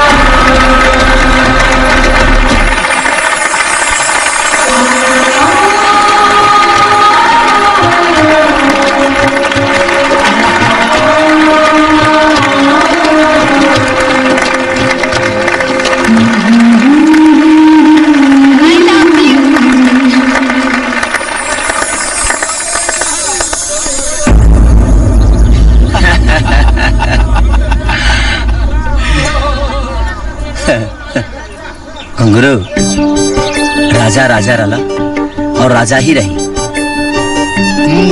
इला घुंघरू ये तो रात में कटोरा जानता रहा वर्ल्ड कप के ट्रॉफी खनी लगा था। ला आज से प्रैक्टिस शुरू कर दा। भीख मांगे क्या? एक मिनट। हाँ बाबू देखो उन्हें हम अपन हाथ से कर देता नहीं। धंधा अच्छा हो।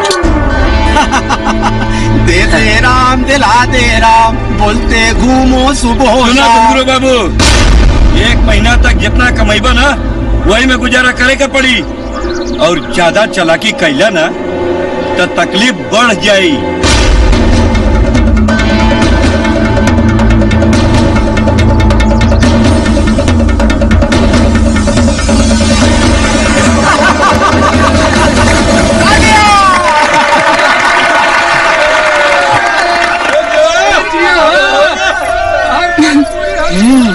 Thank you. गजब के एक्टिंग के लिए बनी मैडम जी। एकदम सही समय पे एंट्री मार के आज हमारी इज्जत बचा लें। बहुत बहुत धन्यवाद राहुल। एक्टिंग? इसको क्या हो गया? काकी, ए काकी, हाँ? काकी, का भेल खेदुआ? पासा पलट गई काकी, पासा पलट गई। राजा भैया बच गई और वो घुंघरू पाना भिखारी बन गई भिखारी। अरे वो कैसे रे? राहुल होके वाली हीरोइन बहू बिया ना मेन वक्त पे आ गई काकी। सच में? हाँ, रेडियो भैया उनके लेके आता है।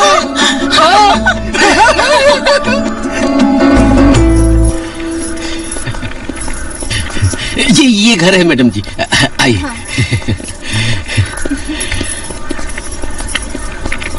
काकी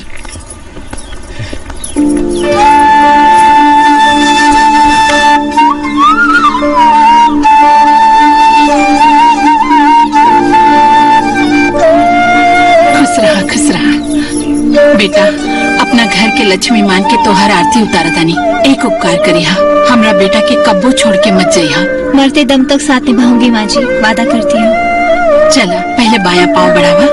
रुक जा रुक जा।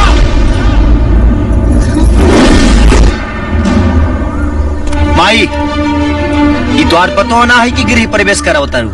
ये हीरोइन है हीरोइन। एक्सक्यूज मी, मैं यहाँ सच में माँ जी की बहू बनने आई हूँ। ये असंभव बा। जितना जल्दी हो सके मुंबई लौट जा। रेडियो ये जहाँ बोला तरीका के छोड़ दे। ये का बोला था भाई? माँ जी आपका बेटा तो सच में बहुत भाव खाने लगा है। बेटा लागत है कि तोरा कोनो बात से उनका चोट लागल बा। तब तो लगता है मरहम भी मुझे ही लगाना पड़ेगा। जवन हीरोइन भरल पंचायत में रजवा के थप्पड़ मरलस, वो चुम्मा कैसे दे दलस? ये चमत्कार कैसे भइल? बॉस प्यार में बहुत पावर होला। जब दिल के झटका प्लस माइनस में सटेला तो मिले से मजबूर हो जाला। जे मेहरारू के देह में उपाट देला दर्द उहे होला असली भोजपुरिया मरद और रजवा तक खाटी मरद बा। और हम मौका हैं बॉस। भीख मांगल जरूरी बा, मौगा ना। काल से भीख मांगे के प्रैक्टिस करी। प्रैक्टिस करी तही शर्त लगौले रहे ना। अच्छा खासा करोड़पति घुंगरू पंडित के अरे भिखारी बना जाला सन, भिखमंगा बना जाला। क्या मालूम है राउर किस्मत इतना फटी चढ़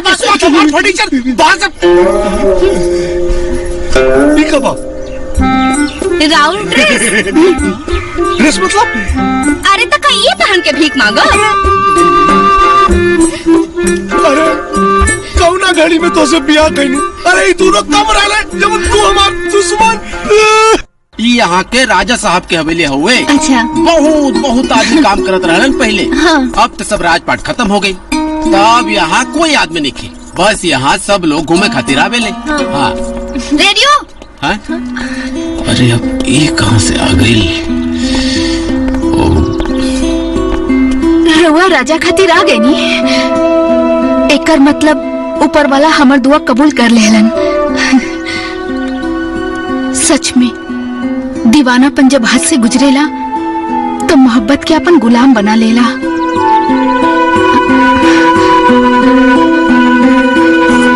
कौन है ये?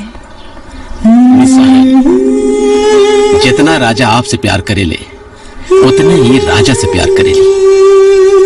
पगली है, राजा के प्यार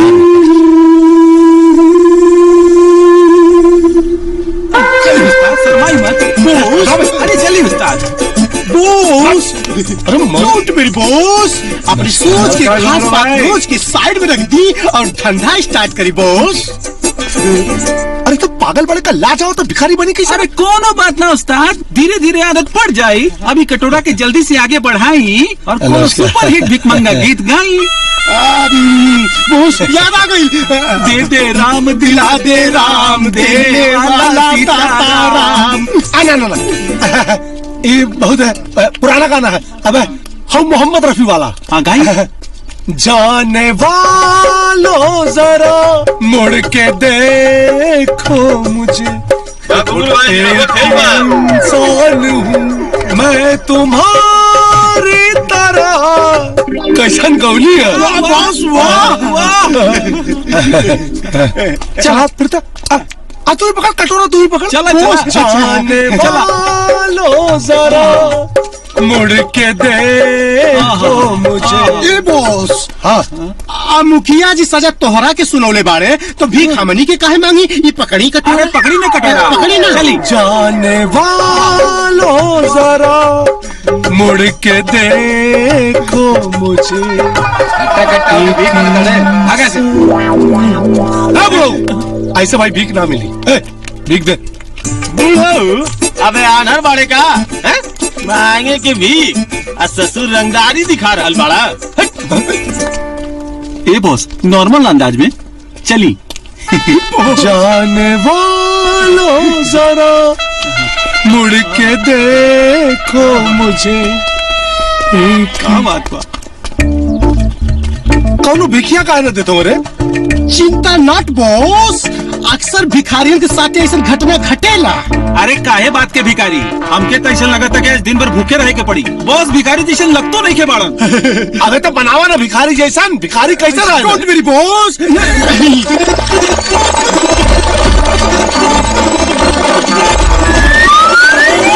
लगा था नहीं ओरिजिनल भिखारी। चली गाना शुरू करी। जाने वालों जरा भगवान के नाम पे दे दो। मुबारक हो बॉस, मुबारक हो। भगवान तुम्हार भला करे। बॉस अब तो भाभी भी भिखारी समझ ले ली। मुबारक हो। अच्छा कर ये कहाँ जाता रे? अरे हार कब खरीद ले? 2 कट्ठा बेच देनी। ड्राइवर गाड़ी चलावा। अरे कहाँ जाता रे?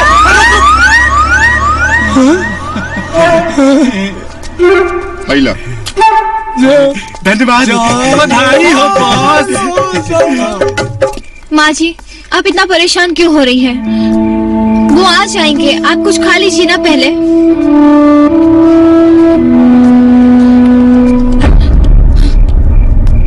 करे तोरे समय के कुछ अता पता बाकी ना? माई चौरा में लील गाय आयल बड़ी सा, ओके चलते हम चल गए यहाँ खेत में। हमार बहुत दिन भर से बिना खैले पीले तो राग हो रतिया। तू एकरा बारे में काहे नहीं खा सोचत? आपके लिए खाना लाओ। माई इनसे बोल दे सूरज निकले से पहले यहाँ से चल जी।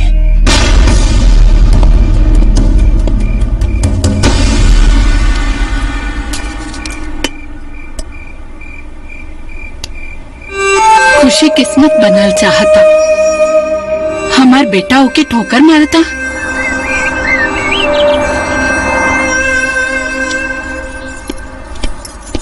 अभी तक ले तू गैलू ना? हाँ? जिसके लिए मैं अपना सब कुछ छोड़ के आई हूँ, अगर उसी को छोड़ दूंगी तो मेरी तो जान ही निकल जाएगी। अगर तू यहाँ से ना जेबू ना तो हमार जान निकल जाए। का तो बगदुन कैले बाड़े रे पगला। अरे तोहरा खातिर एक कितना बढ़न त्याग करके आयल बाड़ी, तू ये बात के बूझत काहे नहीं खास? ये तो हम नहीं चाहत माई कि हमरा खातिर कोनो प्रकार के त्याग करस।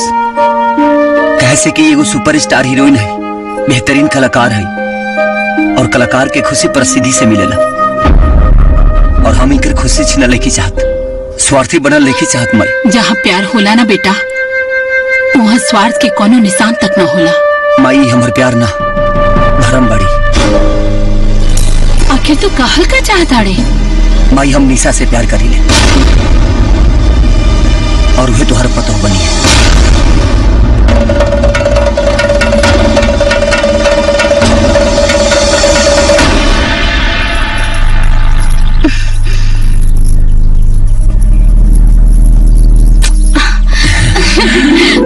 हाँ। हम तो समझत रहनी तो हमके भुला गए लोग, पर ऐसा नहीं खे।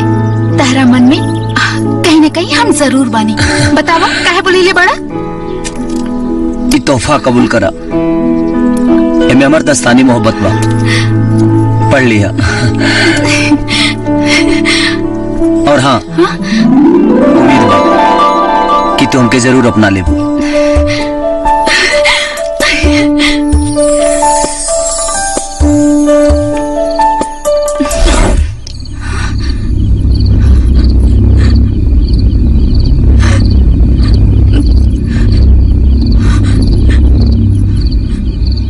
रे चिरकुट रे, काम उसका नहीं होला तारी, तनी आवाज छे मार। दूर मर दे, भूख तुम्हारे पेट में चूहा कूदता और तोहरा कान सुझाता। अरे लइका जान मर बका यार। अरे अभी बर्दाश्त के गोली खोद, तब तक ले माई खाना लेके आ जाए। माई ना भौजाई लेके आवताड़ी, ओने देखा। हाँ? प्रेम से बोलो भैया भौजी की जय।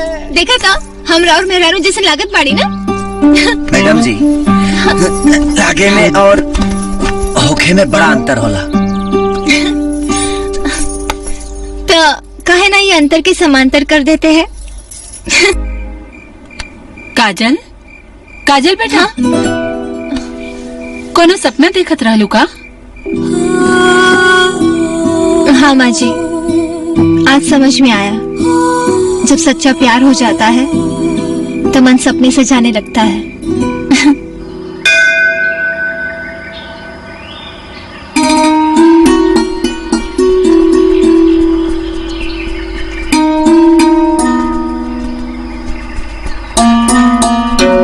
का भइल बेटा?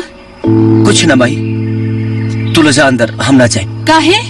माई हम तो तोहार खाली मन रखे खाती आ गई, न तो हमार मन ना रहा। तू तो बोलत रहला पहले कि काजल के साथे तू आइबा भगवान के दर्शन करे, अब तो काजल में साथ में बाड़ी ना बेटा।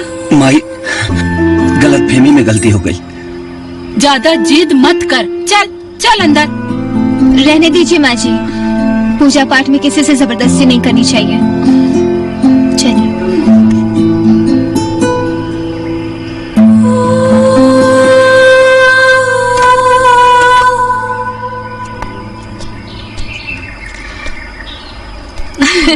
हाँ। राजा,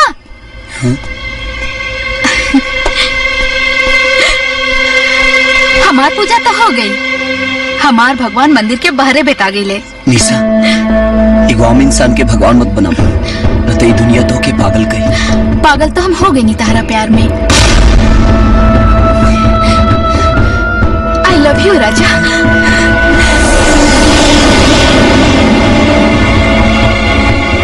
ए बबुनिया, अरे जल्दी से कुछ खा के ले आओ, पेट में भुचाल आवता। ए मुनिया, ले आओ ले आओ। बाबूजी। हाँ ले आओ ले आओ, अरे ले आओ ना।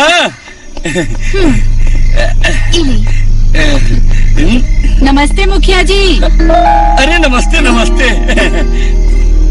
कहो राजा के माई, हीरोइन पतो पाके पूरा गांव जवार में बड़ा फेमस हो गए बाड़ू।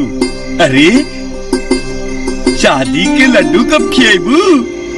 लड्डू में मिठास शक्कर से आवेला मुखिया जी, बाकी रहो बेटी ओ में नमक मिर्चा डाल रहल बाड़ी। बेटी ई का कहतड़ी? युग युग से लोग प्यार के दुश्मन रहल बा बाबूजी, ओही में से ही हमार सासू माँ बाड़ी। सुन लेनी कितना रोआब से ये रिश्ता जोड़ रहल बाड़ी। अरे ये हमार बेटा के मती मार ले बाड़ी। तनी अपनी बेटी के समझाई, हमरा बेटा के प्यार इतना पवित्र बा कि काजल जैसन हस्ती अपन सब कुछ छोड़ के हमार बहू बने खातिर आ गईली। ओकरा बिना ही मर जाई मुखिया जी। और हमार साथ बिना गौर बेटा जी ना पाई। ई तो हर भ्रम बा निशा। हमरा बेटा के जिंदगी के सहारा हमार काजल बाड़ी। हम तो हर आगे हाथ जोड़ता नहीं निशा, हमरा राजा के भुला द तू। माँ जी रहने दीजिए, मेरे लिए आपको किसी के सामने हाथ जोड़ने की जरूरत नहीं है। अगर राजा मेरे नसीब में होगा तो हम दोनों को मिलने से कोई नहीं रोक सकता। चलिए यहाँ से, चलिए। बॉस, हाँ, काम में आईट के भीख मंगला से अच्छा बा कि रोज मंगरुआ के मुर्गी फार्म हाउस से एक एक मुर्गा चरा के खाइल जाए। मेरे होशियारी मत मारा है? पता चल गया न क्यों के तो ससुर कपारे पे अंडा फोड़ फोड़ के मुआ दिए सन। डोंट वेरी बॉस, 3 तीकड़ महाबीकड़। अरे जब केहू से बतौले न जाई तो कैसे पता चली? अबे अब तोरा पे कवन भी बता गई। मंगरवा के पता बा कि मुर्गा के चोरौले बा। कैसे? अरे मुर्गवा चुरावे बदे हम वही से खांची मंगले रहनी ना।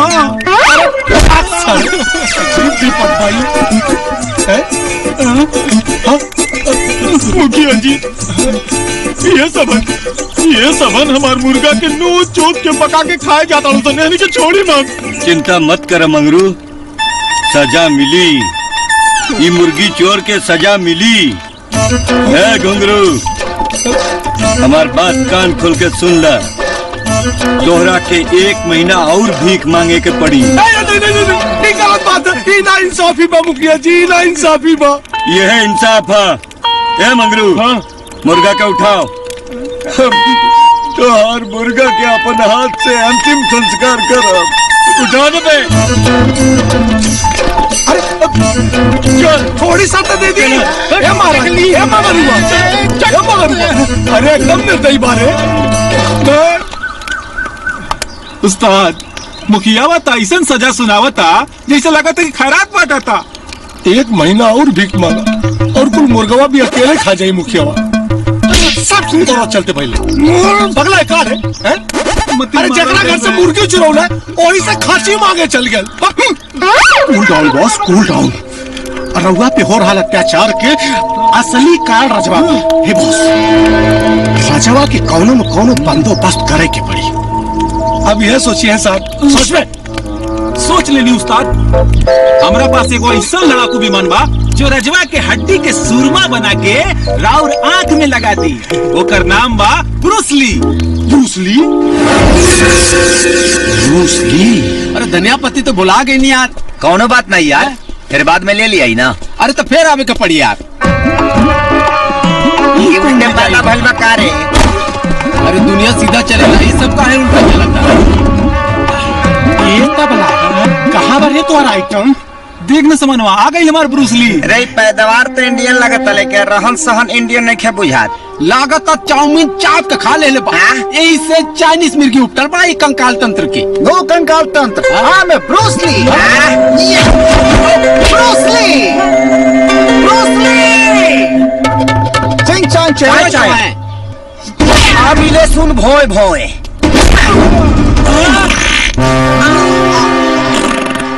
भोए भोए।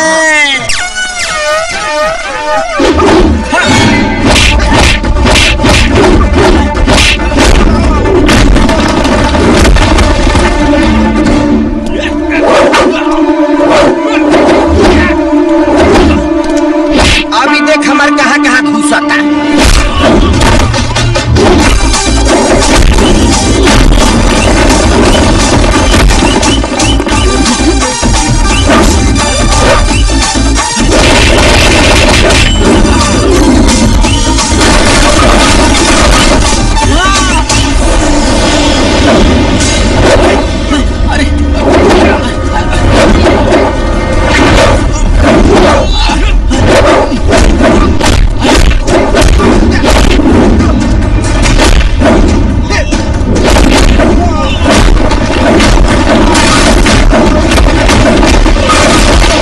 ढोलक अब चुपके से निकल चला।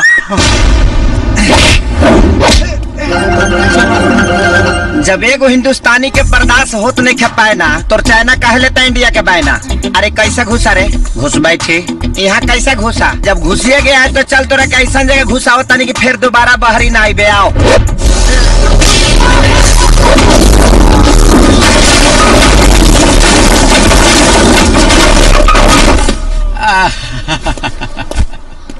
वाह, तू तो ब्रूस ली के चुसली बना दे। अरे यार हमरा ही समझ में नहीं क्या आवत कि हमार दुश्मन चाइना में।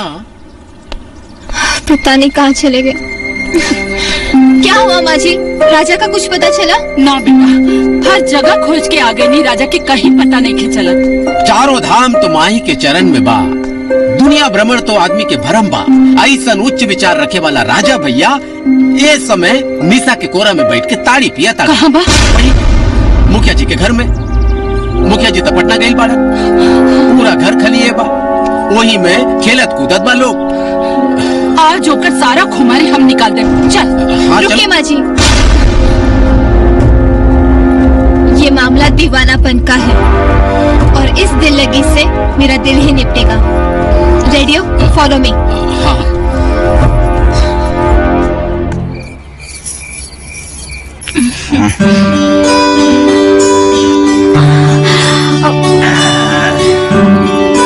एकदम ओरिजिनल ताड़ी बुझाता। मिजाज टनटनाए लगल, आँख सहरियाए लगल। हमरो मंडसी आए लगल राजा। ये क्या हो रहा है? क्या डर ले? हमकी तो तहरा अलावा कुछ लौकत नहीं खे डार्लिंग। अच्छा अभी बता दू।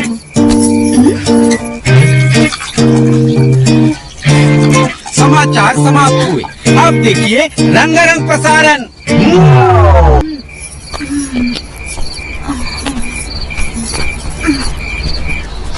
ऐसे ना एक बार गई नहीं जी ठीक बा ना? गोड़ लगातानी, गोड़ लगातानी है काकी। बहू कुछ छुट्टा पैसा होके तो निकाल के भिखारी के दे दा। वाह वाह, आईनी न गायनी फलाना वो कहनी तो हार बेटा रजवा निशा के साथ लहर लुटता। हाँ, इनके बहू कहता रू ये बोस, हाँ। जैसे बिना पानी के मछली तड़फेले वैसे बिना मेकअप की हीरोइनिया तड़पती है। जितना दिल तड़पता है मोहब्बत उतनी ही गहरी होती है। मोहब्बत इतना गहरी मत करिए कि मौत से मोहब्बत हो जाए। अरे डार्लिंग, राजवा में ऐसा का रखा हो, अरे हमार हाथ थामला हो। बाप दादा का छोड़ल करोड़ों को जायदाद बा, दिन में होली और रात में दिवाली मना दे। जो दूसरों की कमाई पे जीता है वो मर्द नहीं मौगा होता है। चला बहू। चलिए माँ जी। बॉस, ई तो रुआ पे चुल्लू भर पानी में डूब मरे वाला इल्जाम लगा गए। अपना साथी बिस्तर पे सुता के बेइज्जती का बदला ले। एगो मौका बा बॉस का उ रजवा बथानी में सुते जाला। तब तक हो पाई जाए सरवा। हाँ हमारे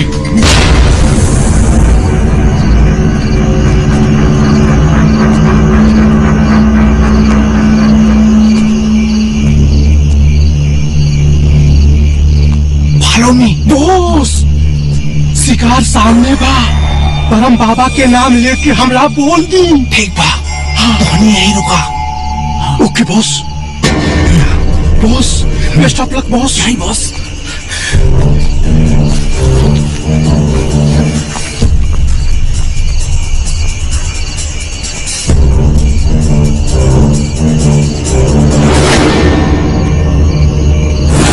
हमारा हाथ हमला है।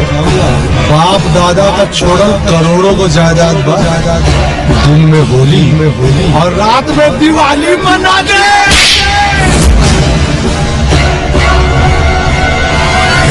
जो दूसरों की कमाई पे जीता है वो मर्द नहीं, मौगा होता है।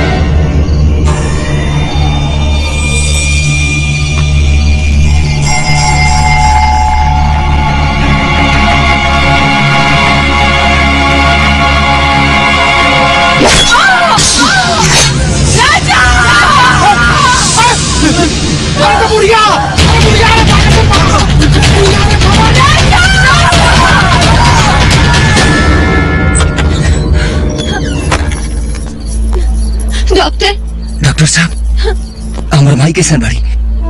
बहुत ज्यादा ब्लड बह चुका है, फौरन में ब्लड चलाना पड़ेगा वरना कुछ भी हो सकता है। डॉक्टर साहब, आपको जितना ब्लड चाहिए उतना दे दीजिए, पैसे की चिंता मत करिए। बात पैसे की नहीं है मैडम, AB नेगेटिव ग्रुप का ब्लड हमारे ब्लड बैंक में मौजूद नहीं है। AB negative? डॉक्टर साहब, AB नेगेटिव हमारा ब्लड बा, हमारा खून के कतरा कतरा खींच ली, लेकिन हमारे माई के बचा ली। डॉक्टर साहब आइए।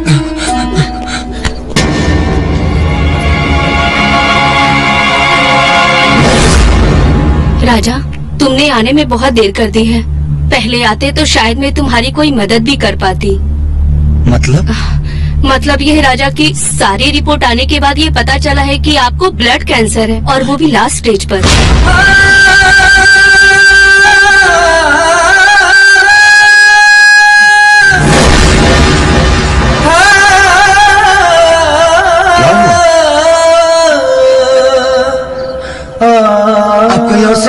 ब्लड की व्यवस्था कर लीजिए डॉक्टर साहब, देखिए मेरी माँ को बचा लीजिए। आपका दिमाग ठिकाने है कि नहीं? माँ की हालत सीरियस है। कुछ नहीं होगा मेरी माँ को, कुछ नहीं होगा। डॉक्टर साहब व्यवस्था करिए ना ब्लड का। मुश्किल है भाई, इतनी रात हो चुकी है। AB नेगेटिव ब्लड ग्रुप यहाँ इतनी जल्दी नहीं मिलेगा, ये देहात है। तो आप मुझे पता बता दीजिए, मैं लेकर आ जाता हूँ। आप ब्लड देंगे कि नहीं? नहीं दूंगा ब्लड। अभी तो माँ को सासू बोलती है ना, तो आप क्या नहीं दे देती हैं ब्लड? वाह, क्या खूब निभा रहे हो बेटे होने का फर्ज। तुम्हारे जैसे बेटे को पैदा करने से तो अच्छा है कि माँ अपनी कोख में ही उसे मार डाले। डॉक्टर साहब, मेरा ब्लड ग्रुप भी सेम है, आप मेरा ब्लड ले लीजिए। इन्होंने तो अपना बेटे होने का फर्ज नहीं निभाया, लेकिन मैं अपना फर्ज जरूर निभाऊंगी, क्योंकि मैंने भी उनको अपनी माँ माना है। चलिए आइए।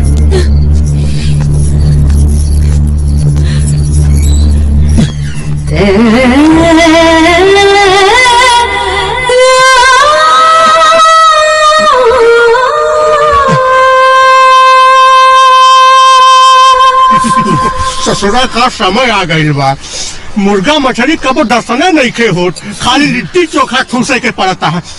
अरे मटका है तेजरला पे नमक है छिड़कता रे।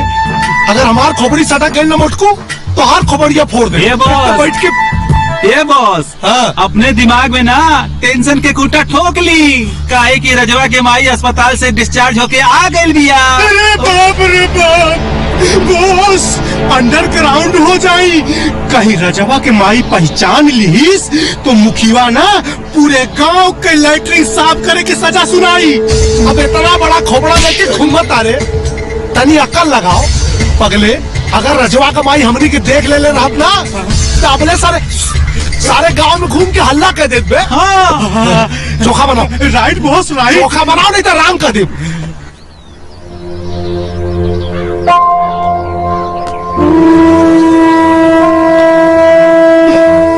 माई और दवा खा ले माई। माई और ना दवा खा ले माई।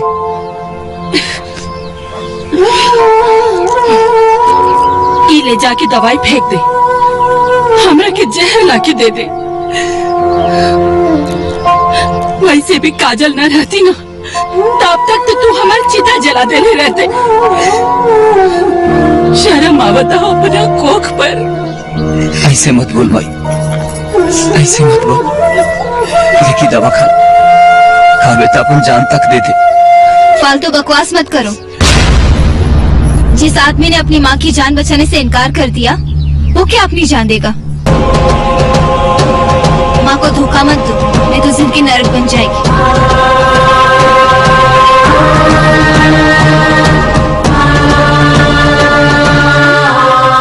अच्छा माँ जी, कोई गलती हुई है तो माफ कर देना। कहाँ जाता रू काजल? हमेशा खातिर मुंबई। जो इंसान अपनी माँ का नहीं हो सका, वो मेरा क्या होगा? जिस राजा से मैंने प्यार किया था, वो शायद मर चुका है। अच्छा माँ जी। राजा रोक ले काजल के।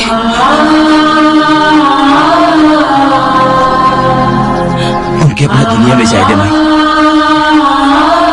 लेते दवा खा। तू ही दवाई खा। रुका काजल, काजल, काजल।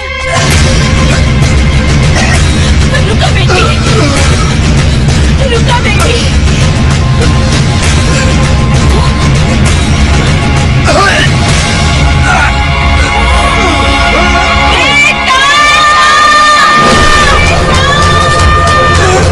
राजा, राजा, राजा।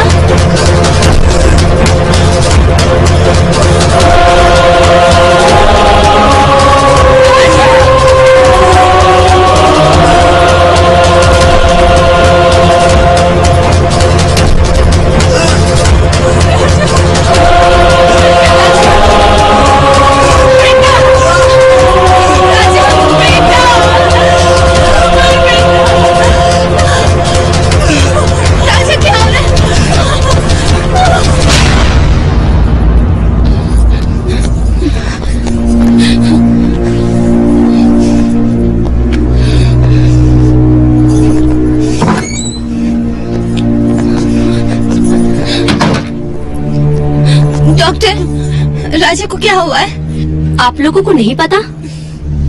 क्या?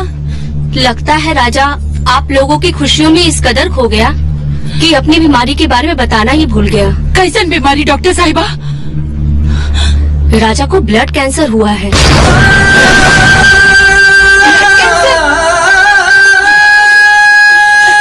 नहीं डॉक्टर, ये नहीं हो सकता। तू अपन दिल छोटा मत करा बेटा। हमारा राजा के कुछ नहीं के भाई। डॉक्टर झूठ बोला दिया। डॉक्टर साहिबा एकदम सच कहा तानी काकी। हाँ, राजा के कैंसर के बीमारी बा। हाँ काकी, और ये बात हमरा साथे साथ निशा और मुखिया जी भी जानता नहीं। हाँ काकी। जेकर खून में कैंसर के खून लग गई होके, वो अपन दुश्मन के भी खून ना दे सकेला। रउआ तो बता रही है राजा रउआ के खून कैसे दे सकेलन? तो बात अपन बेटी की बेइज्जती ना बर्दाश्त कर सकेला। बाकी राजा के खुशी के खातिर हम सब कहेंगे।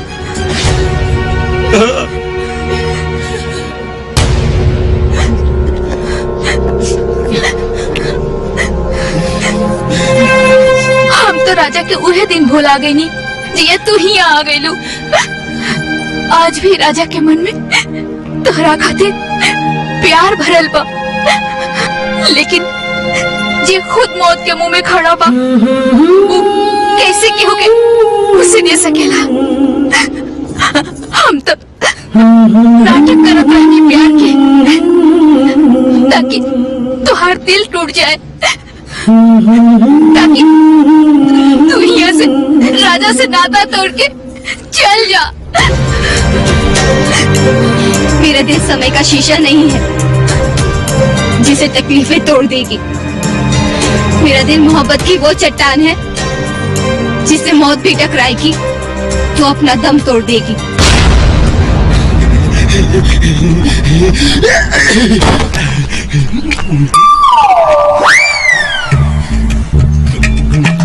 बॉस, ये बॉस, बॉस, उठी ना बॉस। ए भिखारी उठना। अल्लाह के नाम पे दे दे बाबा, मौला के नाम पे दे दे बाबा। जिंदगी भर भिखिया मत बका। अरे हमके भिखारी बना के तो नहीं ऐस करो तो। अरे किसी यार का है बड़ा घेड़ा। अरे हमनी के खुशखबरी के बकिया उधरे तर निशान। कैसन खुशखबरी बा? अरे रजवा के ब्लड कैंसर हो गई बा, वो हॉस्पिटल में भर्ती बा। ब्लड कैंसर हो गई बा?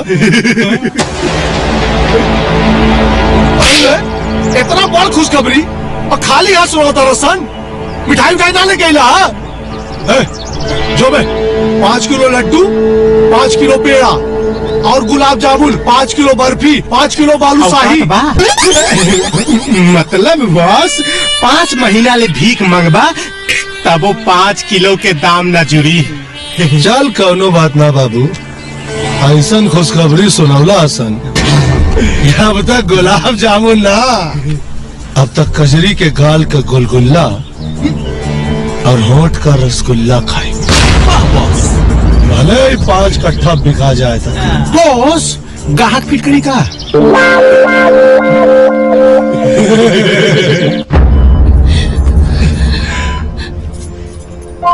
माई होके अपना बेटा के दुख दर्द ना समझ सकनी, बहुत अफसोस बा बेटा।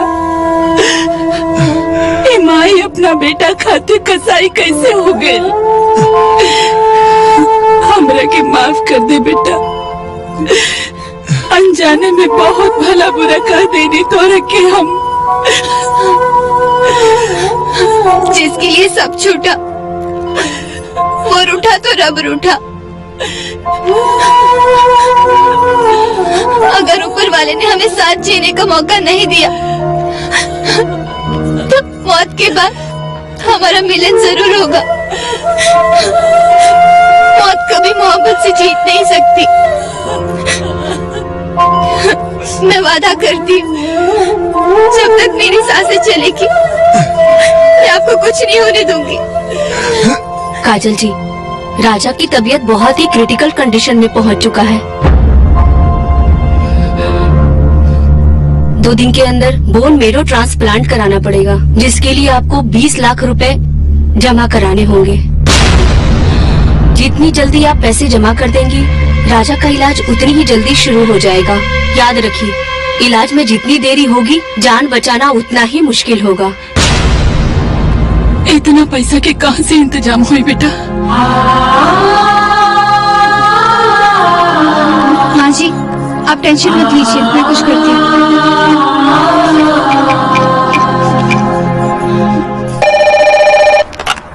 हेलो हेलो चाचा जी, काजल बोलो छू।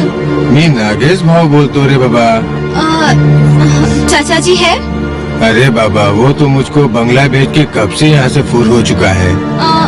उनका कोई दूसरा कॉन्टेक्ट नंबर होगा तो दीजिए ना प्लीज। नको रे बाबा।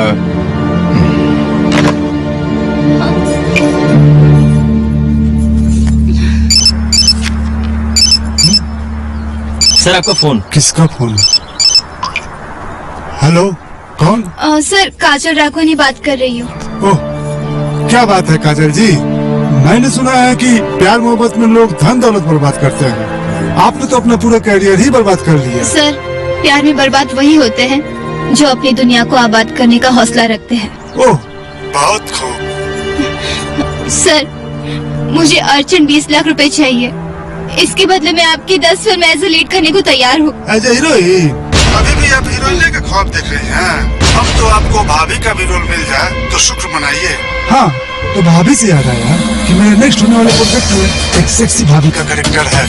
अगर तुम उसे करोगी तो मैं 10,000 रुपए दूंगा।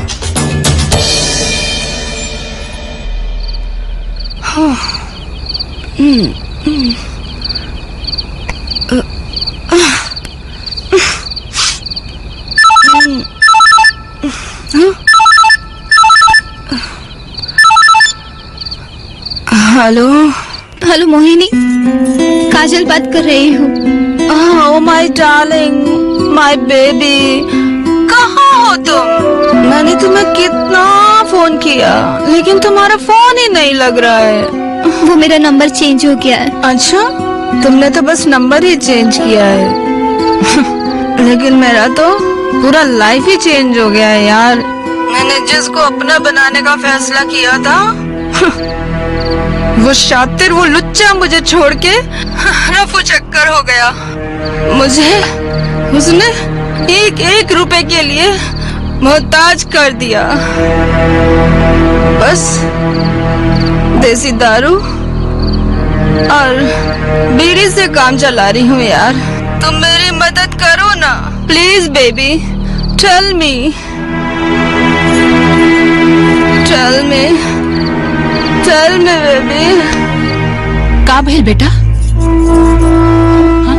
माँ जी, विपत्ति पड़ने पर जैसे राजा हरिश्चंद्र के हाथ से आग में पकाई हुई मछली भाग गई थी, उसी तरह आज मेरे सारे अपने मुझसे दूर हो गए हैं। मेरे पास से 5 लाख है, 15 लाख का और इंतजाम करना पड़ेगा। तू चिंता मत करा बेटा, हम कुछ उपाय लगावता नहीं। हाँ 43, 44, 45, 46, 47, 48, 49। नमस्ते लाला बैठे जी। बैठे राजा के माई, सुनली है राजा के ब्लड कैंसर के बीमारी हो गई बा। ओफ ओफ ओफ ओफ ओफ, भगवान कबो कबो एकदम अति कर देवेला। इतना भारी बीमारी गरीब आदमी का लगा दिला। होने के केहू न टाल सकेला लाला जी। ये हमरा जमीन जायदाद के कुछ कागज एकरा के गिरवी रख ली। हमरा के 15 लाख रुपया दे दी लाला जी। 15 लाख? 15 लाख का करबू? यमराज से हमरा बेटा के परान खरीदे के बा लाला जी। देखा, हम बहुत व्यवहार से धंधा करी ले, लेकिन व्यवहार के कबो धंधा में ना घुसे देवेली। ये तो हर जमीन के कीमत कुल घींच घाच के 8 लाख रुपया भाई, और हम 8 लाख से 1 रुपया अधिक ना दे पाए। ऐसे मत बोली लाला जी, हमारे इकलौता बेटा बा, हमारे जिए के सहारा। हम जिंदगी भर और गुलामी करब। देखा, गुलामी करे के उम्र तो हर खत्म हो गई। बाकी 8 लाख रुपया तो हर बा, लेवे के होके त ले ला, नहीं तो अपने रास्ते।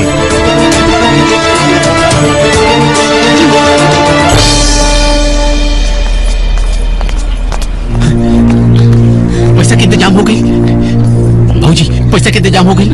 बोलत काहे नहीं खो, पैसा के इंतजाम हो गई। अब राजा बच जाई, हमारे यार बच जाई, हमारे यार बच जाई काकी, हमारे यार। डॉक्टर 13 लाख का इंतजाम हो गया है, बाकी का 7 लाख मैं बहुत जल्दी जमा कर दूंगी। सॉरी मैडम, जब तक आप पूरे पैसे जमा नहीं कर देती हम ऑपरेशन नहीं कर सकते। रुक जाइए डॉक्टर साहब, कुछ तो दया करी। Sorry ma'am, I am helpless, मेरे भी ऊपर लोग हैं। Sorry ma'am. Please doctor. काकी, मुर्गा का कफन बेच के खाए वाला के तोहार दर्द ना बुझाए। चिता पे लेटल इंसान के बचावल बहुत मुश्किल काम बा। हमार फूटल भाग के तू यहाँ और फोड़े आ गईला। गलत समझता रू, हम तोरा बेटा के मरे से बचावे आइल बानी। कितना पैसा कम पड़ा था? 7 लाख। है चला। Yes boss.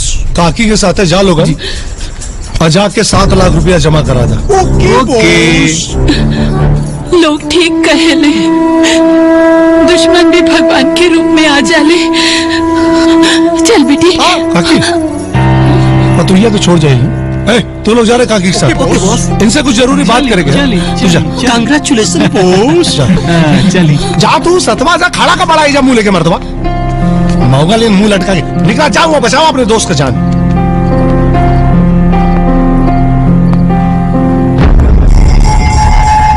मेरे सोचा मत है बबनी, खाली तोरा के भोगे खातिर 7 लाख रुपया स्वाहा करे जा रहल बानी। मतलब? अरे दीवानो, मुझे पहचानो, मैं हूँ घुंघरू, और ये घुंघरू खाली एक रात अपना बिस्तर पे तोरा साथे बजल चाहता। घुंघरू, कूल बेबी कूल, चिल्लाइए नहीं, मुस्कुराइए। काहे कि अगर हमको गुस्सा आ गया और हम डॉक्टरवा से 7 लाख रुपया वापस ले लिए ना, तो रजवा का लाश अपना कोरा में रख के सती होना पड़ेगा। हाँ, इतना परेशान काहे हो रही है? अरे एक रात का बात है और एक बार का बात है। तनी हमरो ललसा पुरा दीजिए ना, है? उसके बाद कौन रोका है? बनाइए रजवा के साथ जाके फिल्म, आराम से गाना गाइए, प्रेम विवाह। शायद तुझे कभी किसी से प्यार नहीं हुआ, वरना आज तू जिस्म का सौदा नहीं करता। जानवर है तू। अगर इंसान होता तो आज इस मिट्टी की पुतली को खाने के लिए इतना नहीं मरता। हाँ ठीक है, हम जानवर ही सही, लेकिन सनम तुम्हारे आशिक है हम, है?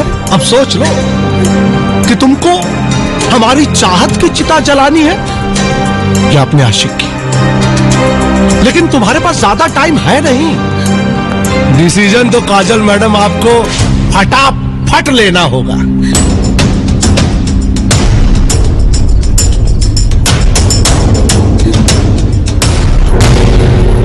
अगर मेरा जिस्म बिकने के लिए ही बना है तो मैं इसे तुम्हें जरूर बेचूंगी।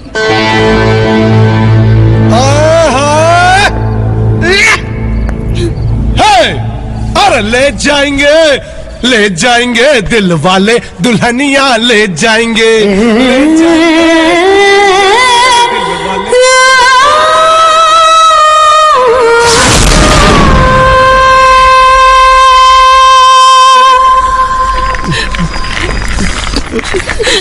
राजा